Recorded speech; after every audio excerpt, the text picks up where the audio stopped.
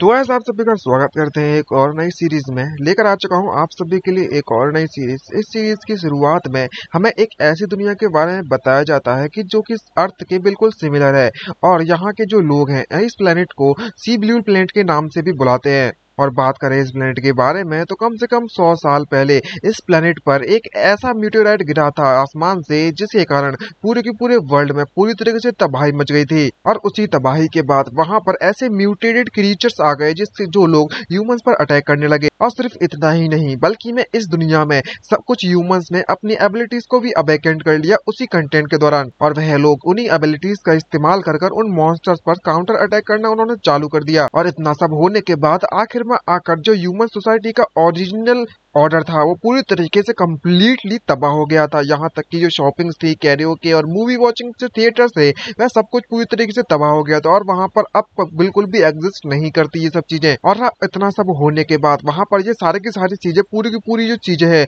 वो सब कुछ रिप्लेस्ड हो गई। जो कमजोर थी वो स्ट्रॉन्ग सिस्टम में बदल गई, मतलब कमजोर और वीक दो हिस्सों में बढ़ गई। और जो सबसे ज्यादा पावरफुल होता है, जो विनर होता है, वो वही किंग होता है और वही सब कुछ कंट्रोल करता है जो पावरफुल है इस दुनिया में। और बात करें मेरे बारे में तो मेरा नाम गाओ मियाओ है और मैं एक टाइम ट्रेवलर हूँ जो कि एक्सट्रीमली शांतफुल यानी कि पीसफुल दुनिया 21st सेंचुरी अर्थ से आया हुआ हूँ। ओरिजिनली आपको सच सच बताऊं, जब मैं इस दुनिया में ट्रेवल्स किया था, यानी कि जब मैं दुनिया में आया था, तभी मुझे इस बॉडी की ओरिजिनल ओनर की सारी मेमोरीज मिल गई थी और मुझे सब कुछ पता चल गया था। लेकिन जब मैं इस दुनिया में आया था तब यह बॉडी बहुत ज्यादा बुरी तरीके से इंजर्ड हो रखी थी और मेरे जितने भी टीममेट्स थे वो सारे के सारे टीममेट्स ऑलरेडी मारे गए थे। और उस वक्त मेरा हार्ट पूरी तरीके से टूट चुका था। और ये जो बॉडी मैंने हासिल की है वो एक एबिलिटी यूजर है और इनकी जो एबिलिटी होती है वह समय के साथ साथ बढ़ती है, जिससे कि तुम्हारी जो बॉडी है उसकी स्ट्रेंथ बहुत ज्यादा बढ़ जाती है। और जैसे जैसे एज बढ़ती जाएगी उनकी एज के हिसाब से उनकी एबिलिटी भी बढ़ती जाती है यूजर की। और इस बॉडी का जो ओरिजिनल ओनर है उसे एडॉप्टेड किया गया था एक ओल्ड मर्सनरी ग्रुप के द्वारा जब वह बच्चा था। और जब वह बड़ा हो गया तो इसने उसी स्मॉल मर्सनरी ग्रुप को ज्वाइन कर लिया जो कि उस ओल्ड मैन को बिलोंग करती थी। और वह ओल्ड मैन उस मर्सनरी ग्रुप का सबसे ज्यादा स्ट्रॉन्गेस्ट बंदा था। और इसी तरीके से ये बॉडी का जो बंदा है वह अभी भी जिंदा है, भले ही इसके सभी के सभी टीममेट्स मारे ही क्यों ना गए। लेकिन ये वाकई में इनके लिए दुख वाली बात है कि इन्हें इस डूम्सडे वर्ल्ड की सबसे ज्यादा खतरनाक प्रेडेटर्स का काउंटर करना पड़ा, उनका मुकाबला करना पड़ा। तभी एक मॉन्स्टर हमारे ये एमसी के पास आकर अपनी लार उसके ऊपर टपका देता है, जिसको देखकर हमारा एमसी शॉक होता है और हमें पता चलता है कि ये एक म्यूटेंट बीस्ट है जिसका नाम म्यूटेंट टायनोसॉरस है और 3rd एनर्जी लेवल की इसकी स्ट्रेंथ है। और जब हमारा एमसी से देखता है तो वह काफी ज्यादा शॉक हो जाता है और बताने लगता है कि जो सिचुएशन में इस वक्त मैं फंसा हुआ हूँ वो पूरी तरह से डेड एंड है। लेकिन मैं जब से इस दुनिया में आया हुआ हूँ तब से मुझे अभी तक इतना टाइम नहीं मिल पाया है कि मैं इसकी एबिलिटीज के बारे में और ज्यादा पता लगा सकूं। मुझे इसकी एबिलिटी के बारे में ज्यादा कुछ पता नहीं है और किस तरीके से इनका यूज किया जाता है, क्योंकि यहाँ की जो एबिलिटीज है वो एज पर डिपेंड करती है। जितने ज्यादा तुम बड़े होगे उसके हिसाब से तुम्हारी एबिलिटीज बढ़ती जाती है। और मैं इस दुनिया में आया हूँ एक ऐसी बॉडी के अंदर जो कि सिर्फ और सिर्फ 20 साल का बंदा है और इसकी पावर लेवल इतनी ज्यादा बढ़ गई है कि मैंने इस मॉन्स्टर को मारने में भी कामयाब रहा। अगर ऐसा नहीं होता तो शायद मैं कभी भी इतने ज्यादा कमजोर पंच के साथ इस मॉन्स्टर को नहीं मार पाता जितना मैंने सोचा था। और जैसे मैं इस दुनिया में आया हूँ उसके बाद तो तुरंत तो बिल्कुल भी नहीं। उस मॉन्स्टर को मारने के बाद वहां पर मेरी टीम में जब कोई भी जिंदा नहीं था तो मैंने अपने सभी के सभी मरे हुए टीम मेंबर्स को दफना दिया, जैसे कि मेरे ओरिजिनल वर्ल्ड में या फिर इस वर्ल्ड में होता है, और वापस से अपने उस टाउन की तरफ बढ़ पड़ा जहाँ पर मैंने बहुत ज्यादा अजीब चीज को नोटिस किया। यहाँ पर कई सारे लोगों को जहाँ पर जिंदा ही लटका दिया गया था बांधकर। सिर्फ इतना ही नहीं बल्कि मेरी जो करंट बॉडी है वो एग्जैक्टली उसी तरीके से दिखने में लगी हुई है जैसे मेरे ओरिजिनल वर्ल्ड में दिखा करती थी और मेरा नेम भी बिल्कुल सेम ही है। लेकिन यहाँ पर जो मेमोरीज है ओरिजिनल ओनर की, उसने साफ साफ ऐसा कहा था कि ओरिजिनल ओनर बिल्कुल भी इस तरीके से नहीं दिखता है और ना ही उसका नाम गांव मियाओ था। सिर्फ इतना ही नहीं बल्कि मैं इस वर्ल्ड में जो ओरिजिनल ओनर को जितने भी लोग जाना करते थे वह मुझे गांव मियाओ ही समझने में लगे हुए है उस ओरिजिनल नेम के जिसका नाम ओवेन था। ये बात तो मुझे भी अब इसमें समझ में नहीं आ रही है कि आखिरकार ये सब क्या चलने में लगा हुआ है। तभी एक बंदा आकर जब अपने हमारा एमसी कपड़े लेने के लिए जाता है शॉप पर तो वो बंदा क्या लगता है कि मिस्टर गांव में आओ, क्या आप सेटिस्फाई इस आउटफिट को लेकर? जहाँ पर हमारा एमसी पूरी तरीके से कंफ्यूज होती है, मन में सोचते हुए कहने में लगा हुआ था कि मेरा दिमाग पूरी तरीके से पगला जा चुका है, मेरे इस क्वेश्चन का जवाब मैं अभी तक नहीं ढूंढ पा रहा हूँ, तो मुझे अपनी किस्मत को एक्सेप्ट कर लेना चाहिए। और इसी तरीके से मैं इस डूम्सडे वर्ल्ड में रहना चालू कर दिया और रहते रहते उसे 2 साल गुजर जाते हैं इस टाउन सिटी में जहाँ पर उसका कोई भी साथी नहीं होता। भले ही जो बॉडी है वो काफी ऑटोमेटिकली पावरफुल बनती जाती है समय के साथ साथ जैसे जैसे समय गुजरता जाता है, लेकिन ये काफी ज्यादा बुरी बात होगी कि किसी की जो डिजायर्स हैं वो भी जब बढ़ जाती हैं तो। और जब हमारा एमसी वहाँ पर बैठकर आराम करने में लगा ही हुआ होता है तभी वहाँ पर हमारे एमसी को एक आवाज सुनाई देती है जो कि कोई कहने में लगा हुआ होता है कि लॉन्ग शाओ तुम मुझे बस जिंदा जला दो, मैं रेंजर मर्सनरी कॉर्प्स की मेंबर हूँ। अगर तुम मुझे इस तरीके से ट्रीट करना चाहते हो तो तुम एक बात का ख्याल रखना कि हमारे जो लीडर है वो तुम्हें कभी भी माफ नहीं करेंगे। जब हमारा एमसी ये बात सुनता है तो उसको देखने के बाद घबराते हुए कहने लगता है कि सबसे पहले तो यहाँ पर मैंने एक वुमन की आवाज सुनी थी जो कि काफी ज्यादा थक चुकी थी। तो मुझे ऐसा लगा था कि यहाँ पर जो डाउन सिटी है वो एक अडल्ट फिल्म इंडस्ट्री बन चुकी है जो कि वापस आ चुकी है। बिल्कुल ऐसी आवाजें निकालने में लगी हुई थी, समझ गई होगी कि आखिरकार मैं क्या कहना चाहता हूँ। और कहने लगता है कि मैं वाकई में इस तरीके की जो शूटिंग सीन है उसे खुद अपनी आंखों से देखना चाहता था, लेकिन मैंने इस बात की बिल्कुल भी उम्मीद नहीं की थी कि जो चीज मुझे यहाँ पर देखने को मिलेगी वो वाकई में इतनी ज्यादा बवाल वाली चीज होगी। और हमें पता चलता है कि एक टेंटिकल से दिखने वाले मॉन्स्टर ने एक लड़की को पकड़ लिया होता है चारों तरफ से, और उस मॉन्स्टर को कंट्रोल करने वाला बंदा ये होते हैं। जहाँ पर येलो वाला बंदा उससे कहने में लगा होता है कि क्या होगा अगर मैं तुम्हारे साथ उल्टी सीधी हरकतें भी कर दूं तो। आखिरकार मुझे तुम्हारी डेट से बिल्कुल भी डर नहीं लगता। जरा इस लड़की को देखो तो जरा, इस लड़की की जो बॉडी शेप है वो वाकई में बहुत अच्छा है। लाओ माँ, तुम जल्दी से इसके पूरे के पूरे कपड़े उतार दो और जितनी ज्यादा हो सके इसके अंदर ठरक भर देना। और तभी वो बंदा अपने टेंटिकल्स को कंट्रोल कर इसकी बॉडी के इधर उधर डालना चालू कर देता है। और वो क्या लगता है कि जैसा आप चाहे यंग मास्टर, लेकिन वो लड़की मना करने की कोशिश करने लगती है, लेकिन वो बंदा तो मानता ही नहीं है। इस बंदे की ठरक का पारा इतना ज्यादा बढ़ चुका होता है कि उसके मुंह में लार भी टपकने लगती है और कहने लगता है कि जो शो तुम दिखाने में लगी हुई है वो इतना ज्यादा अच्छा लग रहा है ना कि मजा आ गया। तुम बताओ क्या तुम्हें ये फीलिंग अच्छी लग रही है? जहाँ पर ये लड़की भी उस चीज को महसूस करने लगी होती है क्योंकि वो अपनी टेंटिकल से न जाने क्या क्या करने में लगा होता है, इसको मैं बताने नहीं वाला। तभी वो लड़की कहने लगती है कि प्लीज मुझे जाने दो। लेकिन जब सिचुएशन हद से ज्यादा निकल जाती है तो वो बहुत ज्यादा रोना चालू कर देती है वहीं पर। और तभी एंट्री आती है हमारे एमसी की, जो कि वहां पर उन दोनों को चिल्लाते हुए उनसे कहने लगता है कि तुम अभी के अभी उस लड़की को वहां से जाने दो, और अपने वेपन को उसके ऊपर थ्रो कर देता है। और जैसे ही वो अपने वेपन को उसके ऊपर थ्रो करता है तो पता चलता है उसके अकेले उस वेपन ने येलो कलर वाले बंदे को पूरी तरीके से भर दिया होता है। उसके हाथ पैर बॉडी सब कुछ टुकड़े टुकड़े हो जाते हैं उसके। और दूसरा बंदा देखकर उसको शॉक हो जाता है, और उसका छोटा सा अटैक इतना ज्यादा पावरफुल होता है कि उसने पूरी की पूरी दीवार में बहुत बड़ा छेद भी कर दिया। और वो लड़की उसको देखकर काफी ज्यादा शॉक हो जाती है और उसकी शक्ल भी देखने लायक होती है। और जब वो देखती है कि इस बंदे की एक ही अटैक से पूरे के पूरे दोनों के दोनों बंदे के चीथड़े उड़ चुके हैं तो वो काफी शॉक हो जाती है। तभी हमारा एमसी उससे क्या लगता है कि मैंने यहाँ पर कुछ ज्यादा ही फोर्स का इस्तेमाल कर लिया है। अब जबकि ये दोनों के दोनों यहाँ पर मारे जा चुके हैं, लेकिन इन जैसे ठरकियों से निपटना है तो इनका मरना ही ज्यादा बेटर रहेगा। अब जबकि ये मर चुके हैं तो खैर भूल जाए इन सबके बारे में। अब वो बंदे यहाँ तक कि मारे जा चुके हैं तो उसकी जो एबिलिटीज है वो भी डिसेबल हो जाती है, जिसके कारण वो लड़की वहां से आजाद हो जाती है। तभी हमारा एमसी उसके तरफ आता है और उससे क्या लगता है कि हे ब्यूटी, क्या तुम सुरक्षित हो? तुम्हें देखकर ऐसा लगता है कि तुम वाकई में बहुत ज्यादा कमजोर हो, क्या तुम्हें मेरी मदद की जरूरत है? और यहाँ पर हमारा एमसी इस लड़की को पटाने की कोशिश करने लगता है। और सिर्फ इतना ही नहीं बल्कि में वो उसको अपनी बाहों में भी भर लेता है। और जैसे ही वो लड़की उसके काफी ज्यादा नजदीक आ जाती है तो उसका धन्यवाद कहती है उसे बचाने के लिए। और इसको सुनने के बाद हमारा एमसी काफी ज्यादा खुश हो जाता है। और तभी उसकी पूरी की पूरी लड़की की बॉडी को एनालाइज करने के बाद उसे बताया लगता है कि तुम्हारी बॉडी को देखने के बाद ऐसा लगता है कि तुम्हारी जो बॉडी है वो एबिलिटी के कारण काफी ज्यादा स्ट्रेंथ और काफी ज्यादा स्ट्रॉन्ग तो बन चुकी है, लेकिन तुम्हारी जो स्ट्रेंथ है वो लिमिटेड है। दूसरे शब्दों में कहा जाए तो तुम काफी ज्यादा कमजोर हो। ये बात सुनने के बाद वो लड़की भी काफी ज्यादा शॉक हो जाती है और हम भी, जिसको सुनने के बाद वो बोलने लगती है कि हे आखिरकार तुम ये सब क्या कहने में लगी हुई हो? तुम एक मर्सनरी हो, कम से कम मेरी तो इज्जत करो, और मैं कम से कम एक फर्स्ट लेवल की एबिलिटी यूजर हूँ। तभी हमारा एमसी उस लड़की को एक बॉल पकड़ाता है जिसको देखकर वो पूरी तरीके से कंफ्यूज होती है और पूछने लगती है कि इसका मैं क्या करूं। तभी एमसी उससे कहने लगता है कि तुम्हें इस बॉल को पिचकाना है, दबाना है। अगर तुम इसे क्रश कर सकती हो, तोड़ सकती हो उस बॉल को अपनी इस लेवल 1 की पावर के साथ, तो मैं इस बात को एडमिट कर लूंगा कि तुम्हारे पास उस चीज के लिए क्वालिफिकेशन है। जो गाइस आप लोग जो सोच रहे हो ये उसी चीज के बारे में बात कर रहा है कि उसके लिए क्वालिफिकेशन है, समझ गए ना? और तभी वो लड़की उस बॉल को दबाने की कोशिश करने लगती है ताकि वो उसे क्रश कर सके, तोड़ सके। लेकिन इतनी ज्यादा स्ट्रेंथ लगाने के बाद भी वो उस बॉल को बिल्कुल बाल भी बाका नहीं कर पाती। जिसके बाद वो उससे पूछने लगती है कि मुझे तुम सबसे पहले तो ये बता दो कि आखिरकार तुम मुझे ये सब आयरन बॉल को क्रश करने के लिए क्यों कह रहे हो? अगर मैं इसे क्रश कर देती हूँ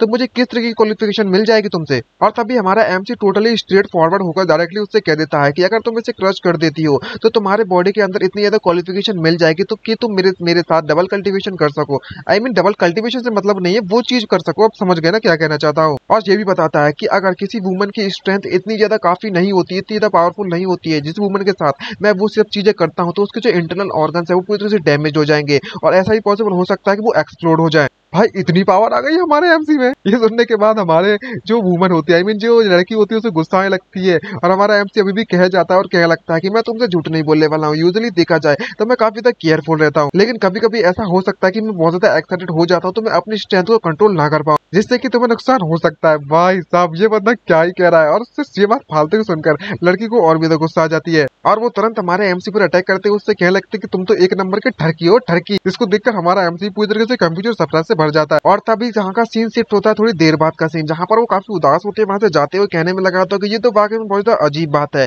जब मैंने उस लड़की को रेस्क्यू किया था यानी कि बचाया था, तो उसकी बॉडी के अंदर से एक ऐसो फेरोमोन निकलने में लगे हुए थे जो कि साफ साफ इंटेंट कर रहे थे, बता रहे थे ऑब्वियसली तरीके से कि वो मेरे साथ वो करना चाहती है, बीप बीप। मैं शब्द का इस्तेमाल नहीं करना चाहता, आप समझ जाना कि क्या है बीप बीप का मतलब। लेकिन मुझे एक बात समझ नहीं आ रही कि आखिरकार वो अचानक से इतनी ज्यादा गुस्से में क्यों आ गई। और उस तो और सिर्फ इतना ही नहीं बल्कि मैं जो आयरन बॉल टेस्ट था वो भी तो फेल कर दिया था उसने। और जैसे उसने वो फेल किया तो वो अचानक से इतनी भड़क पड़ी कि उसने मुझ पर अटैक कर दिया है। मैं वाकई में लड़कियों को नहीं समझ सकता। जब हमारा एमसी जो सोचते सोचते वहां से जा रहा होता है तभी कोई बंदा आकर उसे बुलाता है और कहने लगता है, क्या आप मिस्टर गांव में आओ है इस विल्डरनेस के किंग, जरा 1 मिनट रुकिए। और हमें पता चलता है कि कुछ सिक्योरिटी गार्ड्स हमारे एमसी के पास आकर उससे कहने लगते हैं और बताने लगते हैं अपने बारे में कि हमें पान बाई के द्वारा भेजा गया है, उन्हें ऑर्डर दिया गया है जो कि इस डाउन सिटी के लॉर्ड है, और कहा गया है कि हम आपको एक गेस्ट के तौर पर उनके मेंशन में इनवाइट करें। और उसी के साथ यहाँ पर कहानी के जो सीन है वो शिफ्ट होता है एक दूसरी लोकेशन। यहाँ पर हमें एक सिस्टम का नोटिफिकेशन दिया जाता है किसी के द्वारा जो कि कह रहा होता है आयरन बॉल मिशन की, आयरन बॉल की जो टीम है ना, फ्लैग टीम, वो सक्सेसफुली इस वर्ल्ड में एंटर कर चुकी है। और वहीं पर एक टेलीपोर्टेशन गेट खुल जाता है, वर्चुअल वर्ल्ड की क्रीचर की प्रोटेक्टिव फील्ड है वो ऑन हो चुकी है। और वहीं पर अचानक से एक बहुत बड़े ड्रैगन को दिखाया जाता है और उसी ड्रैगन के साथ वहां पर आते हैं 4 लोग जो कि अजीब तरीके के कपड़े पहने होते हैं, इस वर्ल्ड की डिस्क्रिप्शन से पूरी तरीके से अलग। तभी उनके साथ जो लड़की आई हुई होती है वो अपने साथियों से कहने लगती है कि मैं तुम सभी को फिर से एक बात याद दिला देती हूँ कि जिस वर्ल्ड में इस बार हम एंटर किए हैं वो काफी ज्यादा डेंजरस है। तो तुम एक बात का ख्याल रखना नेल्सन कि तुम्हें इतना ज्यादा ग्रीडी होने की बिल्कुल भी जरूरत नहीं है। मैं ये बात समझ सकती हूँ कि इस मिशन को पूरा करने पर इसके जो रिवॉर्ड मिलने वाले हैं वो वाकई में बहुत ज्यादा ग्रेट है, लेकिन उन्हें हासिल करने के लिए तुम्हारा जिंदा भी रहना जरूरी है। ये बात सुनने के बाद जो बगल में बंदा होता है जिसका नाम नेल्सन होता है वो उससे कहने लगता है कि ठीक है मुझे मत सिखाओ ज्यादा, मुझे पता है, तुम्हें पता है कि आखिरकार तुमने जब लास्ट वर्ल्ड में हम लोग गए थे जिसका नाम लाइट डायनेस्टी था, तुमने उस पूरी पूरी दुनिया को तबाह कर दिया था, वो भी इसलिए क्योंकि तुमने वहां के एम्परर को गुस्सा दिला दिया था और उसे इस तरीके के लिए मजबूर कर दिया था कि वो किस तरीके से अपने सिटीजन के ब्लड सेक्रीफाइस करे ताकि तुम्हें तुम्हारा जो सेक्रीफाइस मैजिक वेपन है वो मिल सके। ये बात सुनने के बाद उस लड़की को गुस्सा आ जाती है और वो कहने लगती है कि नेल्सन तुम मेरे साथ फाइट स्टार्ट करना चाहती हो क्या? क्या तुम्हें ये बात पता नहीं है कि तुमने भी वहां पर कई सारी आर्मीज के कैप्टन को उनकी जो सेज स्टोन है उसको हासिल करने के लिए निपटा दिया था। तभी नेल्सन अपने आप को वहां से हटाता है और उससे कहने लगता है कि मैंने नहीं कहा कि तुम्हारे बारे में मैं पर्टिकुलरली कहने में लगा हुआ हूँ, मैं तो बस कुछ कहने में लगा दो, तुम्हें अचानक से गुस्सा क्यों आ गई यहाँ पर? तभी तीसरा वाला बंदा होता है उससे कहने लगता है कि बहुत होगी तुम्हारी बकवास, इस तरीके से तुम्हें बकवास नहीं करनी चाहिए, तुम दोनों वहीं पर शांत हो जाओ। हमारे लिए यही बेटर रहेगा कि हमारे जो नेक्स्ट वर्ल्ड में हम जा रहे हैं उस वर्ल्ड की कंडीशन के बारे में सबसे पहले हमें पता लगाना चाहिए। मैंने सही कहा ना टॉम? और इस बंदे का नाम टॉम होता है। खैर नाम से हमें क्या मतलब। तभी वो बंदा कहने लगता है जो येलो कलर जैसे बाल है उसके और व्हाइट कलर की ड्रेस पहना हुआ है जिसका नाम टॉम अभी बताया हुआ है, यहाँ पर वो एक्सप्लेन करते उसे बताने लगता है कि अभी तक यहाँ तक मुझे नॉलेज मिली हुई है उसके अनुसार हम जिस वर्ल्ड में जाने में लगे हुए हैं वह एक ऐसी मूवी सीरीज है जिसका नाम सर्वाइवर्स है। और इसकी जो थीम के बारे में बात करें, इसका जो स्टैंडर्ड है वो एक डूम्सडे एक्शन ब्लॉकबस्टर है। और बात करें इसके फर्स्ट 3 पार्ट के बारे में तो इस स्टोरी के जो प्रोटोगनिस्ट है यानी कि हीरो जांग चूफे वो वेई से अचानक से राइज हो गया, मतलब बढ़ने लगा और कई सारी क्वेस्ट पर निकल पड़ा ताकि वो वाटर प्यूरिफिकेशन चिप को ढूंढ सके। और कई सारी विल्डरनेस को क्रॉस करने के बाद उसने कई सारे म्यूटेंट बीस्ट को भी मारा जो कि वहां पर उसके रास्ते में आने में लगे हुए थे। और इसी दौरान वह अपने ऐसे 4 साथियों के साथ मिलता है और उनके साथ मिलकर इस स्टोरी का जो विलन है उससे निपटता है जिसका नाम पेन वीई है जो कि एक सुपर विलन है। लेकिन इस स्टोरी के जो प्रोटोगनिस्ट है उसने अपने सभी के सभी साथियों को सैक्रिफाइस करने के बाद, सभी के सभी साथी उसके मरने के बाद पेन वी वहां पर अकेला बचता है और पेन वी को मारने में कामयाब रहता है, वो भी बहुत ज्यादा डिफिकल्टी के साथ। तभी वो ड्रैगन से पूछने लगता है कि जो कि इस बंदे का गाइड होता है, एक तरीके से सिस्टम होता है, वो कहने लगता है कि आखिरकार तुम मुझे बता सकते हो कि आखिरकार हम लोग इस वक्त इस वर्ल्ड की किस टाइमलाइन में एंटर हुए हैं? तभी वो सिस्टम उसका ड्रैगन जैसा दिखने वाला इंक्वायरी करना चालू करने लगता है और बताने लगता है वर्ल्ड इंफॉर्मेशन सर्वाइवर 4 और 4th पार्ट में तुम एंटर हो। ये बात सुनने के बाद नेल्सन उससे क्या लगता है कि 4th पार्ट में, इसका मतलब ये नहीं हुआ कि जो पेन वे है वो ऑलरेडी 3rd पार्ट में मारा जा चुका था, तो आखिरकार हम लोग इस पार्ट में क्या करने में लगे हुए, इस पार्ट में क्या होगा अब? ये बात सुनने के बाद टॉम उससे कहने लगता है कि भले ही इस वक्त हम लोग 4th पार्ट में आ चुके हैं, ये भले ही 4th पार्ट हो, लेकिन बात कर रहे हैं कार्नोलॉजी के बारे में, उसके टर्म में, तो जो 4th पार्ट है वो एक्चुअली प्रीक्वल है उन 3 पार्ट्स का। और इस पार्ट के अंदर हमें बताया जाता है कि किस तरीके से सुपर विलन है पेनवे, वो अपनी पावर लेवल को बढ़ा लेता है और काफी पावरफुल बन जाता है। तभी वो बंदा बोल पड़ता है, तीसरा वाला बंदा, कि आखिरकार अपनी बकवास बंद करो, तुम मुझे बताओ हमारे टास्क के बारे में हमें करना क्या है। तभी वो सिस्टम उन्हें वार्निंग देते हुए बताने लगता है कि जो सुपर विलन पेनवे है उसकी एबिलिटीज के बारे में, उसकी एबिलिटी है स्वॉलो,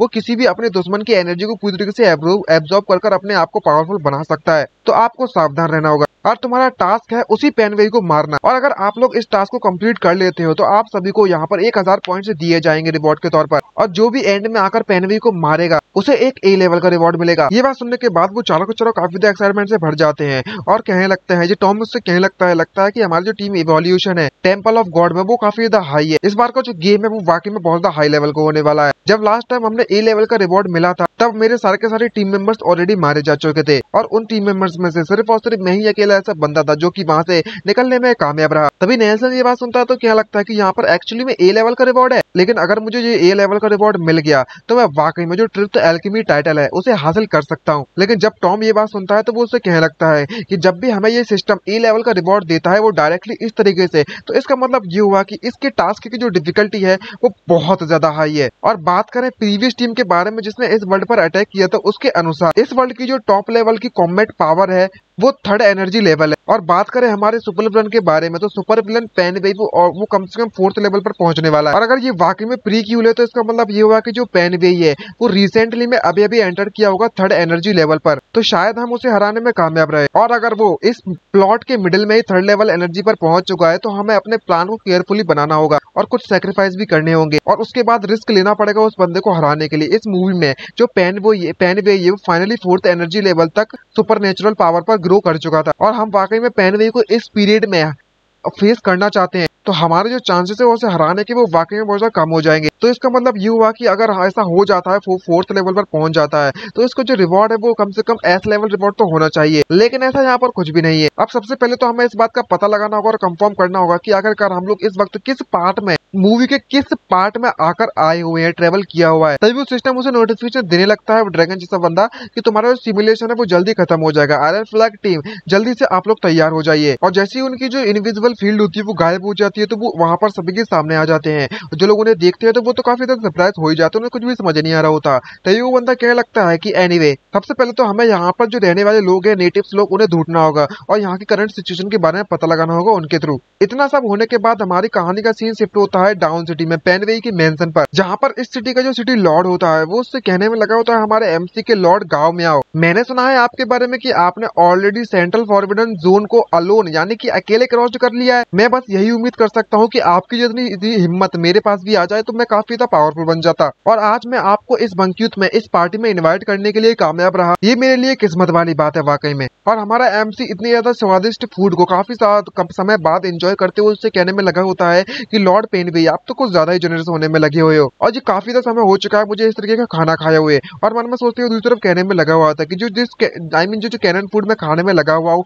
वो सभी के सभी प्रिजर्वेटिव्स है उस वर्ल्ड में जब ये वर्ल्ड एंड नहीं हुआ था। और इस समय पर इस खाने की कीमत बहुत ज्यादा बढ़ गई है, इसकी वैल्यू बहुत ज्यादा है। जब मैं ओरिजिनल वर्ल्ड में हुआ करता था तब मैं इस फूड के बारे में बिल्कुल भी सोच नहीं पा रहा था, सोच भी नहीं सकता था कि मैं एक समय पर इस खाने को भी खाऊंगा। तभी सिटी लॉर्ड उससे कहने लगता है कि लॉर्ड गाँव में आओ, आप सिर्फ और सिर्फ खाना ही मत खाओ, ये ड्रिंक तो पियो जो कि मैंने अपने लिए तैयार की है। और तभी उसका सर्वेंट वह वाइन उसके गिलास में देने लगता है। हमारा एमसी इसको देखकर थोड़ा सरप्राइज होता है और मन में सोचते हुए कहने लगता है कि आखिरकार ऐसा क्या है इस वाइन में कुछ खास जिस तरीके से ये मुझे फोर्स करने में लगा है। ये बात तो वाकई में बहुत अनोइंग लगने में लगी हुई है। ये जो दुनिया है वो पूरी तरीके से ऑलरेडी एपोकलिप्स में बदल चुकी है, लेकिन हमारी जो बोरिंग वाइन कल्चर है उससे छुटकारा अभी भी नहीं मिला है। सेम टाइम पे हमारे बाहर की सिचुएशन दिखाई जाती है जहाँ पर एक ईगल की आंखों से रोशनी निकलने में लगी हुई होती है और वहां पर एक पैटर्न बना हुआ होता है जिससे कि पता चलता है इस ईगल को कंट्रोल किया जा रहा है और कंट्रोल करने वाला बंदा कोई और नहीं बल्कि मैं हमारा टॉम होता है। और मुझसे कहने लगता है कि सिचुएशन देखने में कुछ ठीक नहीं लग रही है क्योंकि वहां का जो आर्टिलरी टावर है जो कि वेपन वगैरह बरसाता है जब भी कोई अटैक करता है उन पर,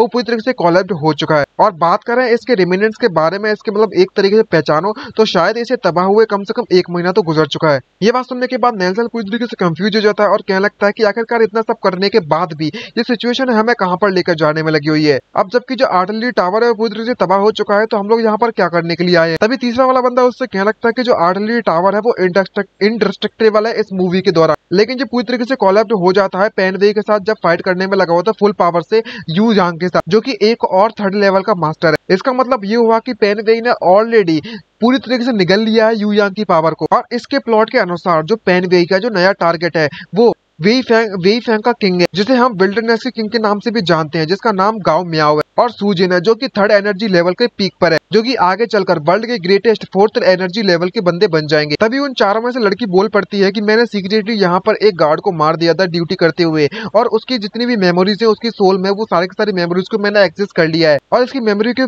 रीड करने के बाद मुझे इस बात का पता चला कि पेन वेई ने ऑलरेडी गाओ मियाओ को इन्वाइट कर लिया है अपने पार्टी के लिए अपने मेंशन में। क्या ऐसा पॉसिबल हो सकता है कि जो सिटी लॉर्ड है वो अभी इसी समय पर गाओ मियाओ पर अटैक करने के बारे में प्लानिंग करने में लगा हुआ है? ये बात सुनने के बाद नेल्सन एक्साइटमेंट से भर जाता है और उससे कहने लगता है कि इसका मतलब ये नहीं हुआ कि हमें यहाँ पर एक बहुत बड़ी अपॉर्चुनिटी मिल चुकी है। आखिरकार जो गाओ मियाओ है वो भी तो थर्ड लेवल का मास्टर है, और जब वो पेन वेई के साथ फाइट करने में लगा होगा तो उस वक्त उन दोनों को ही वहाँ पर चोट लग जाएगी और दोनों ही काफी ज्यादा घायल हो जाएंगे। हम इस मौके का फायदा उठाकर हम दोनों को ही मार सकते हैं। ये बात सुनने के बाद टॉम उससे कहने लगता है नेल्सन तुम्हें इतनी ज्यादा जल्दबाजी करने की जरूरत नहीं है। साथ ही तुम ये बात भूल रहे हो कि जो पेन वेई का जो रीजन है इतना ज्यादा बिग बॉस बनने का इस मूवी के दौरान वो इसलिए है क्योंकि वो डिस्कस करने में काफी ज्यादा बेटर है। और यहाँ पर जितने भी लोग रहते हैं उनकी नजरों में जो पेन वेई है वो एक रेपुटेबल सिटी लॉर्ड है। और ये काफी ज्यादा नॉर्मल वाली बात है कि गांव मियाओ जैसे जो लोग हैं उनको वह लोग अपने गार्ड को उसके सामने लो कर देते हैं जिससे कि वो इसमें का फायदा उठा सके। और मूवी के प्लॉट के अनुसार उसकी जो स्ट्रेंथ है वो गांव मियाओ के थोड़ी सी ग्रेट है, थोड़ी सी ज्यादा है। लेकिन अगर उसे इनविजिबल बनना है तो इसने जानबूझकर उस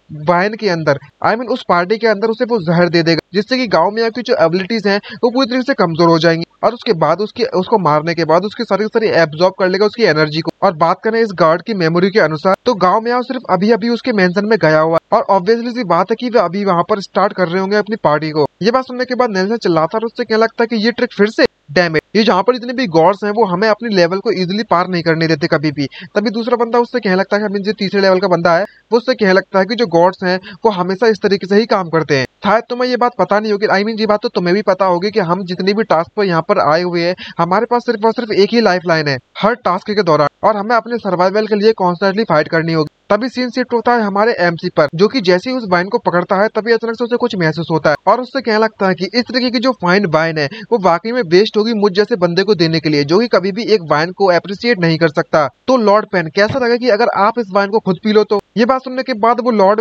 पेन होता है वो मानता नहीं है और उससे मना कर देता है कि नहीं नहीं नहीं लॉर्ड गाओ मियाओ, ये जो आपको ज्यादा ही मॉडेस्ट होने में लगी हुई है, ये जो वाइन है वो मैंने आपके लिए तैयार करके रखी हुई है तो आपको इसे पीनी चाहिए। तभी हमारा एमसी कहने लगता है कि हे लॉर्ड पेन, क्या आप यहाँ पर एक थोड़ी सी भी नहीं चखोगे क्या? तो लॉर्ड पेन उससे कहने में लगा होता है, अगर आप इसकी पहली सिप ले लेते हो तो इसका जो टेस्ट होता है वो 60% इसकी पहली सिप में ही होता है, और जो पहली सिप है, जो पहला जो टेस्ट है ना वो आपको बिलोंग करता है, और आपके अलावा इसे चखने वाला कोई भी नहीं है सुटेबल। ये बात सुनने के बाद हमारा एमसी जोर जोर से उसे घूरना चालू कर देता है, और दोनों को दोनों एक्टिंग करने में लगे होते हैं। साफ साफ इनकी शक्ल पर दिख रहा होता है, यहाँ तक कि मुझे भी पहचान में आ चुका है। तभी जो लॉर्ड होता है वो उससे कहने लगता है, सिटी लॉर्ड, हे लॉर्ड गाओ, आप इस तरीके से मुझे क्यों घूरने में लगे हुए हो? क्या यहाँ पर मेरे चेहरे पर कुछ लिखा हुआ है? तभी एमसी उससे कहने लगता है कि जी हाँ, मैंने तुम्हारे चेहरे पर अभी भी कुछ देखा है, यहाँ पर साफ साफ कुछ लिखे हुआ है, और जो लिखा हुआ है उसके अनुसार यहाँ पर डिसेप्टिव, कनिंग, ग्रीडी और यहाँ पर कई सारे ऐसे शब्द लिखे हुए हैं। ये बात सुनने के बाद वो काफी ज्यादा शॉक हो जाता है, जहाँ पर हमारा एमसी उसको बोलता है कि तुम एक नंबर के स्टूपिड हो, क्योंकि तुम्हारे चेहरे पर साफ साफ लिखा है स्टूपिडिटी, और वो उसी वाइन को उसके चेहरे पर फेंक देता है। लेकिन वहाँ का जो सिटी लॉर्ड है वो अपनी शील्ड एनर्जी को बुला लेता है, जिससे कि जो वाइन है वो उसके ऊपर नहीं गिरती, और हमें पता चलता है कि जैसे वो वाइन उस पर गिरती है तो उसमें से धुआं निकलने लगता है, जिससे पता चलता है कि वो वाइन पॉइजन होती है। तभी सिटी लॉर्ड उसको कहने लगता है कि तुमने मेरे द्वारा सभी के सभी दिए गए खाने को खा लिया है, लेकिन यहाँ पर मुझे ये बात समझ नहीं आ रही है कि तुम यहाँ पर वाइन में पता लगाने में कामयाब रहोगे और तुम इस वाइन को नहीं पियोगे। आखिरकार मैंने जो पॉइजन दिया था तुम्हें वह साइटोटॉक्सिन है, SCP-7321 एक्सिबिन प्रॉपर्टीज है इसके अंदर, और इसको देखकर कोई भी पता नहीं लगा सकता कि ये एक रेड वाइन है या फिर कुछ और। इसका कलर और टेस्ट सब कुछ उससे मिक्स होता है, मैच खाता है, और मैंने इसको मिक्स किया है इसके साथ बिल्कुल परफेक्टली। यहाँ तक कि अगर ये चीज सिचुएशन मेरे साथ होती तो मैं शायद आसानी से ट्रिक्ड कर दिया जा चुका होता। तो मुझे ये बात समझ नहीं आ रही है कि आखिरकार तुम्हें इसके बारे में पता चला तो चला कैसे? तभी एमसी कहने लगता है कि नहीं, तुम काफी ज्यादा कमजोर हो, और मन में सोचते हुए कहने लगता है कि मेरे समय के साथ डेली जो इंक्रीज होने में लगी हुई है एबिलिटी, वो सिर्फ और सिर्फ फिजिकल स्ट्रेंथ इंक्रीज नहीं हो रही है, बल्कि मेरी जो स्पिरिचुअल स्ट्रेंथ है वो भी इंक्रीज हो रही है। और जब मेरी स्पिरिचुअल स्ट्रेंथ एक सर्टेन लेवल पर पहुंच जाती है, तो आई मीन पहुंच गई, तब मुझे एक ऐसी एबिलिटी मिली जिसका नाम प्रीमोनेशन है, जिसका मतलब पहले होने वाली चीजें मुझे मतलब सावधान कर देती है। ये एबिलिटी अगर मेरे साथ कुछ भी बुरा होने वाला है या फिर मेरे लिए कोई खतरा बने तो, और जो भी क्राइसिस मेरे लिए आने वाला है उसके बारे में मुझे पहले ही सावधान कर देती है ये एबिलिटी। और इस तरीके की जो प्रीमोनेशन है, जो एबिलिटी मेरी एक्टिवेट काफी समय से नहीं हुई है। और इसी तरीके से जब मैं इस बंदे ने मुझे जो वाइन दी थी पीने के लिए, उसी समय पर अचानक से ही मेरी एबिलिटी वो एक्टिवेट हो गई। और ये जो पॉइजन है वो मेरे लिए काफी ज्यादा डेडली था। दूसरी तरफ जो सिटी लॉर्ड होता है, वो जब हमारे एमसी से ये बात सुनता है कि वह काफी ज्यादा कमजोर है, तो वो हंसते हुए उससे क्या लगता है कि तुम्हें वाकई में ऐसा लगता है क्या? तुम्हें पता भी है कि आखिरकार तुम किससे बातें करने में लगी हुई हो? हमारा एमसी उसकी बातें नहीं सुनना चाहता और उसकी इतनी ज्यादा बेकार सी हंसी सुनने के बाद उस पर अटैक करते हुए उससे क्या लगता है आखिरकार इसमें हंसने वाली कौन सी बात है। तभी फैन भी अपनी स्पिरिचुअल शील्ड को बुलाकर उसके अटैक को रुकने की कोशिश करता है, लेकिन पता चलता है कि हमारे एमसी के पावर इतना पावरफुल होता है पंच को उसकी शील्ड के पूरी तरीके से चीथड़े उड़ जाते हैं और एक ही पंच में उसकी शील्ड पूरी तरह से टूट जाती है, जिसको देखकर पैनवे भी काफी ज्यादा शॉक हो जाता है और उसके पंच के बाद डायरेक्टली वो उस दीवार में जाकर टकरा जाता है जोर से, जिससे कि एक बहुत बड़ा धमाका होता है। तभी पैनवे वहां से खड़ा होता है और उससे कहने लगता है कि तुम तो वाकई में बहुत ज्यादा अच्छे निकले, very good good very good. तुम्हारी जो पावर लेवल है वो वाकई में मेरी शील्ड को डिस्ट्रॉय कर सकती है,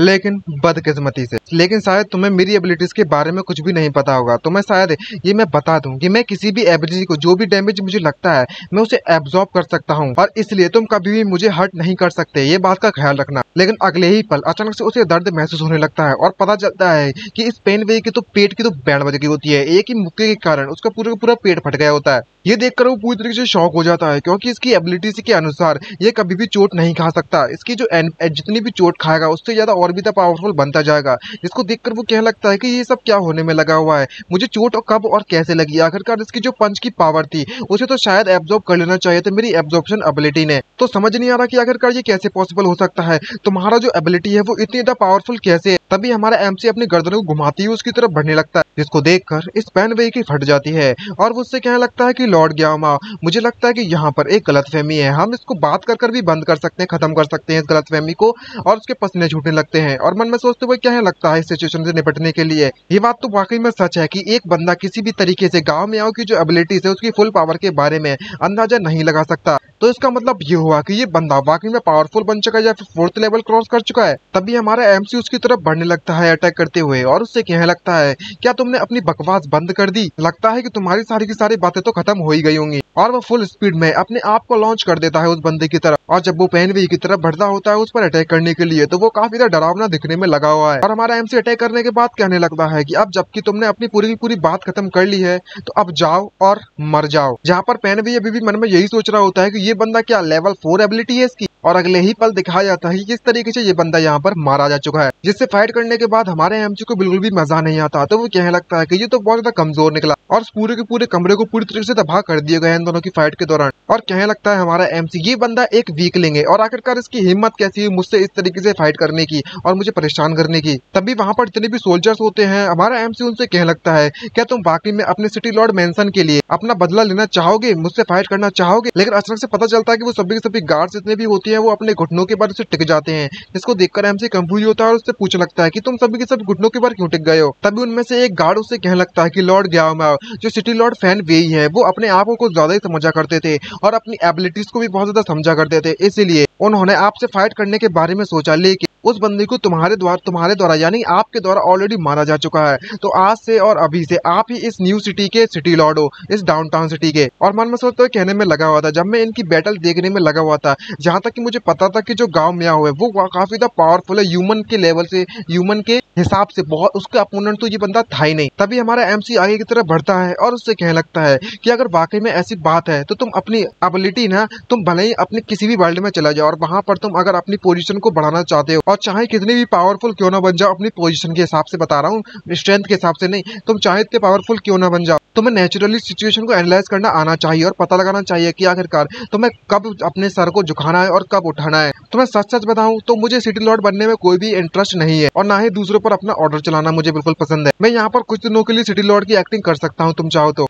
ये बात सुनने के बाद वो गार्ड उससे कहने लगता है कि आपको चिंता करने की जरूरत नहीं है सिटी लॉर्ड, हम आपको अपनी बेस्ट एबिलिटी से सपोर्ट करेंगे और हम इस बात का ख्याल रखेंगे कि आप यहाँ पर जब तक रहोगे तब तक आपकी जिंदगी स्मूथली गुजरे। तभी हमारा एमसी इस मौके का फायदा उठाता है और उससे कहने लगता है कि ओह रियली ऐसी बात है, तो ऐसी बात है तो मेरा सबसे जो पहला जो ऑर्डर है जो क्लोजली सुनो पहले सबसे बात ध्यान से, जब मैं पहली बार ऑर्डर जो सिटी लॉर्ड बनी जा रहा हूँ तो मेरा ऑर्डर रिलीज कर दिया जाए। और तभी पता चलता है कि 3 दिन बाद जहाँ पर जबकि जो फैन वे है वो उसकी जो हाई प्रेस्टीज और इतनी ज्यादा इज्जत होने के कारण वहाँ पर अनाउंस नहीं कर सकते थे वो लोग कि वो ऑलरेडी मारा जा चुका है। अगर ऐसा होता तो पब्लिक में बहुत ज्यादा शॉक हो जाता और हर तरफ सिर्फ केओस ही केओस होता और हर तरफ तबाही मच जाती पूरी की पूरी सिटी में। तो यहाँ पर उसके नीचे लेवल के जो बंदे हैं वो फैन वे बनने की एक्टिंग करेंगे और ऐसे एक्टिंग करेंगे जैसे कि फैन वे की जितनी भी फैन वे की जितनी भी पावर लेवल थी वो और से ज्यादा बढ़ चुकी है और हाई लेवल पर वो पहुंच चुका है और वो यहाँ पर कुछ भी किसी भी चीज का ख्याल नहीं रखना चाहता। इसीलिए उसने सारी की सारी ड्यूटीज को इस बंदे पर जाने की हमारे एमसी पर पास डाउन कर दिया है। और वहीं पर हमें एक कंटेस्टेंट का सीन दिखाया जाता है जहाँ पर कोई कुछ चल रहा होता है, कोई इवेंट वगैरह, यहाँ पर वह अनाउंस करते हुए कहने लगता है कि हमारा जो नेक्स्ट प्लेयर आने वाली है वो 118 है जो कि अपनी स्पेशल एबिलिटी सिटी लॉर्ड को दिखाने वाली है। और हमारा एमसी इन सारे के सभी शो का एंजॉय करने में लगा है, जहाँ पर उनमें से एक ब्लू कलर की लड़की आती है और अपनी एबिलिटी दिखाते हुए उससे कहने लगती है कि हेलो सिटी लॉर्ड दाई, मेरा नाम एलिस है और मेरी जो एबिलिटी है उसके बारे में बात करें तो मैं लिक्विड्स को कंट्रोल कर सकती हूँ, आप मेरी परफॉर्मेंस को देख सकते हो किस तरीके से। जब हमारा एमसी से देखता है तो वो कहने लगता है कि ये इतना ज्यादा बुरा भी नहीं था, इतना ज्यादा बुरा भी नहीं था, ये प्योर एबिलिटी है, लेकिन अनफॉर्चुनेटली इसकी जो ओवरऑल एबिलिटी है वो सिर्फ लेवल 1 की है, जो कि वाकई में बहुत ज्यादा शर्म वाली बात है मेरे लिए। और तभी हमें बताया जाता है स्क्रीन बोर्ड पर कि जो नंबर 118 है उसकी हाइट के बारे में पढ़ेगा तो 165, weight 90, age 19, ability liquid control और ओवरऑल एबिलिटी रैंक लेवल 1। तभी हमारा एमसी हम सभी को बताने लगता है कि मेन कैरेक्टर हमें बताने लगता है आप इन गांव में आओ कि जब मैं यहाँ पर सिटी लॉर्ड इस सिटी का सिटी लॉर्ड बन गया था तो मेरा जो सबसे पहला जो ऑर्डर था वह उन सभी को मैंने इस बात का ऑर्डर दिया कि सभी के सभी सोल्जर्स को किसी तरीके से एक ऐसा बहाना ढूंढो जहाँ पर पूरी की पूरी सिटीज की जितनी भी ब्यूटीफुल लड़कियां हैं वो यहाँ पर आ जाएं और उन सभी की ऑल फीमेल एबिलिटी कंटेस्ट यानी कि एक इवेंट को होस्ट किया जाए। और यहाँ पर कई अजीब तरीके की जो डिफरेंट तरीके की लड़कियां आई अपनी अपनी एबिलिटीज को शो करने के लिए। कोई क्रोक को कंट्रोल कर सकता है तो कोई किसी डमी को कंट्रोल कर सकता है तो कोई खुद ही एक स्लाइम है। लेकिन सबसे ज्यादा प्रॉब्लम वाली बात यह है कि मैंने वहां पर सभी की सभी ब्यूटीज को कलेक्ट होने के लिए कहा था, लेकिन यहाँ पर कुछ ऐसे भी लोग हैं जो कि अनएक्सपेक्टेडली गर्ल की सिचुएशन को बढ़ाने के लिए कई सारी लड़कियां वहां पर आ गई थी। ऑफ कोर्स ये बात है, ये सब कुछ इसलिए हुआ था कि जो वर्ल्ड का जो एनवायरमेंट है वो जिस तरीके से हो रखा था उसके कारण इस पूरे वर्ल्ड में बहुत ही ऐसी कम ब्यूटीफुल लड़कियां बची हुई हैं। और बात करें मेरे अर्थ के वर्ल्ड के बारे में जहाँ पर कई सारी नोवेल थी और यहाँ पर बताया जाता है कि वहाँ पर भर भर के ब्यूटीफुल वुमेन्स मिलती हैं तुमको, वो सब एक बस झूठ था और कुछ भी नहीं है ऐसे वर्ल्ड में। और इस बात को जानने के बाद वह काफी ज्यादा उदास हो जाता है और मन में सोचते हुए क्या लगता है कि जहाँ की जो ब्यूटीज है वो इतनी ज्यादा स्ट्रॉन्ग नहीं है काफी जो मेरे को झेल पाए और ना ही इतनी ज्यादा प्रिटी है। मेरे मन पसंदीदा लड़की को ढूंढना मेरे लिए काफी ज्यादा हार्ड होने वाला जो कि काफी ज्यादा रिलायबल हो और मेरी अकम्पलिश बन सके मेरी पूरी लाइफ गोल को हासिल करने के लिए मेरे साथ। तभी वहाँ पर एक गार्ड आता है और हमारे एमसी से कहने लगता है यानी कि मेन कैरेक्टर से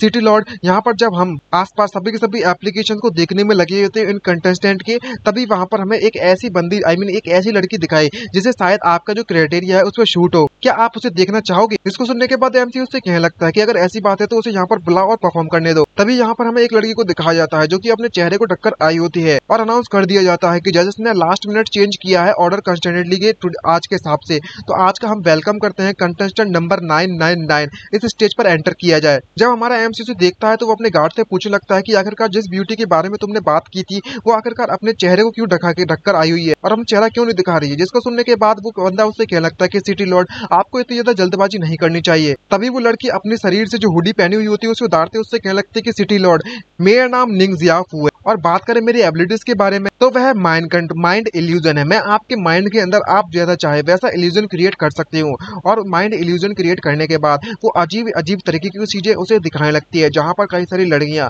अजीब तरीके के प्ले उसे कर दिखाने में लगी होती हैं और जब अपनी एबिलिटी इसे दिखाने लगती है तो उस एबिलिटी का इस्तेमाल कर वो जैसी चीज चाहे वैसा बनाकर उसे दिखा सकती है उसके माइंड में। और जब हमारा एमसी उस लड़की को देखता है तो वो कहने लगता है कि इसकी बॉडी को मैं 80 नंबर देना चाहूंगा और इसके लुक्स को भी 80 नंबर देना चाहूंगा, लेकिन बात करें इसकी एबिलिटीज के बारे में तो वो इसकी एबिलिटी ज्यादा हाई नहीं है, वो कम से कम लेवल 2 की होगी। लेकिन ये बात भी सच है कि माइंड कंट्रोल जो एबिलिटीज होती है माइंड इल्यूजन की वो ज्यादातर नहीं देखी जाती जो कि काफी ज्यादा रेयर है, स्पेशली बात करें इल्यूजन मेकिंग एबिलिटीज की। अब जबकि मेरे को ये एबिलिटीज के बारे में पता चल चुका है इसकी एबिलिटीज के बारे में तो मेरे दिमाग में एक खुराफाती आइडिया आया है, मैं इसका इस्तेमाल अपने लिए कर सकता हूँ। और वो उससे पूछने लगता है क्या तुम्हारी तुम्हारी एबिलिटी इतनी ज्यादा पावरफुल है कि यहाँ पर वह किसी तरीके की ड्रीम लाइक इल्यूजन को बना सके किसी और के लिए। ये बात सुनने के बाद वो लड़की उससे कहने लगती कि ऑफ कोर्स यहाँ पर कोई भी प्रॉब्लम वाली बात नहीं है, मुझे ये भी पता है कि आखिरकार किस तरीके से इसे करते हैं और आप क्या चाहते हो। और मन में सोचते हुए क्या लगता है कि मुझे इस बात की उम्मीद भी नहीं की थी और या फिर इमेजिन भी नहीं किया था मैंने तो कि जो गाँव में आया हुआ है वो एक्चुअली में अभी भी जिंदा होगा। जहाँ तक कि जो फैन गई है वो अनएक्सपेक्टेडली इसे मारने में नाकामयाब रहा और हमारा एमसी अपने गार्ड को बता देता है कि मैंने इस लड़की को चूज कर लिया है, इसे लड़की को मेरे रूम में लेकर जाओ। और वो गार्ड मान जाता है। अभी एक बंदा पीछे से आकर उस लड़की से कहने लगता है कि मिस लेडी, हमारे जो अभी के एक्टिंग सिटी लॉर्ड है उन्होंने आपको इनवाइट किया है ताकि वो आपके साथ बात कर सके थोड़ी बहुत, तो आप हमारे साथ चल सकती हो।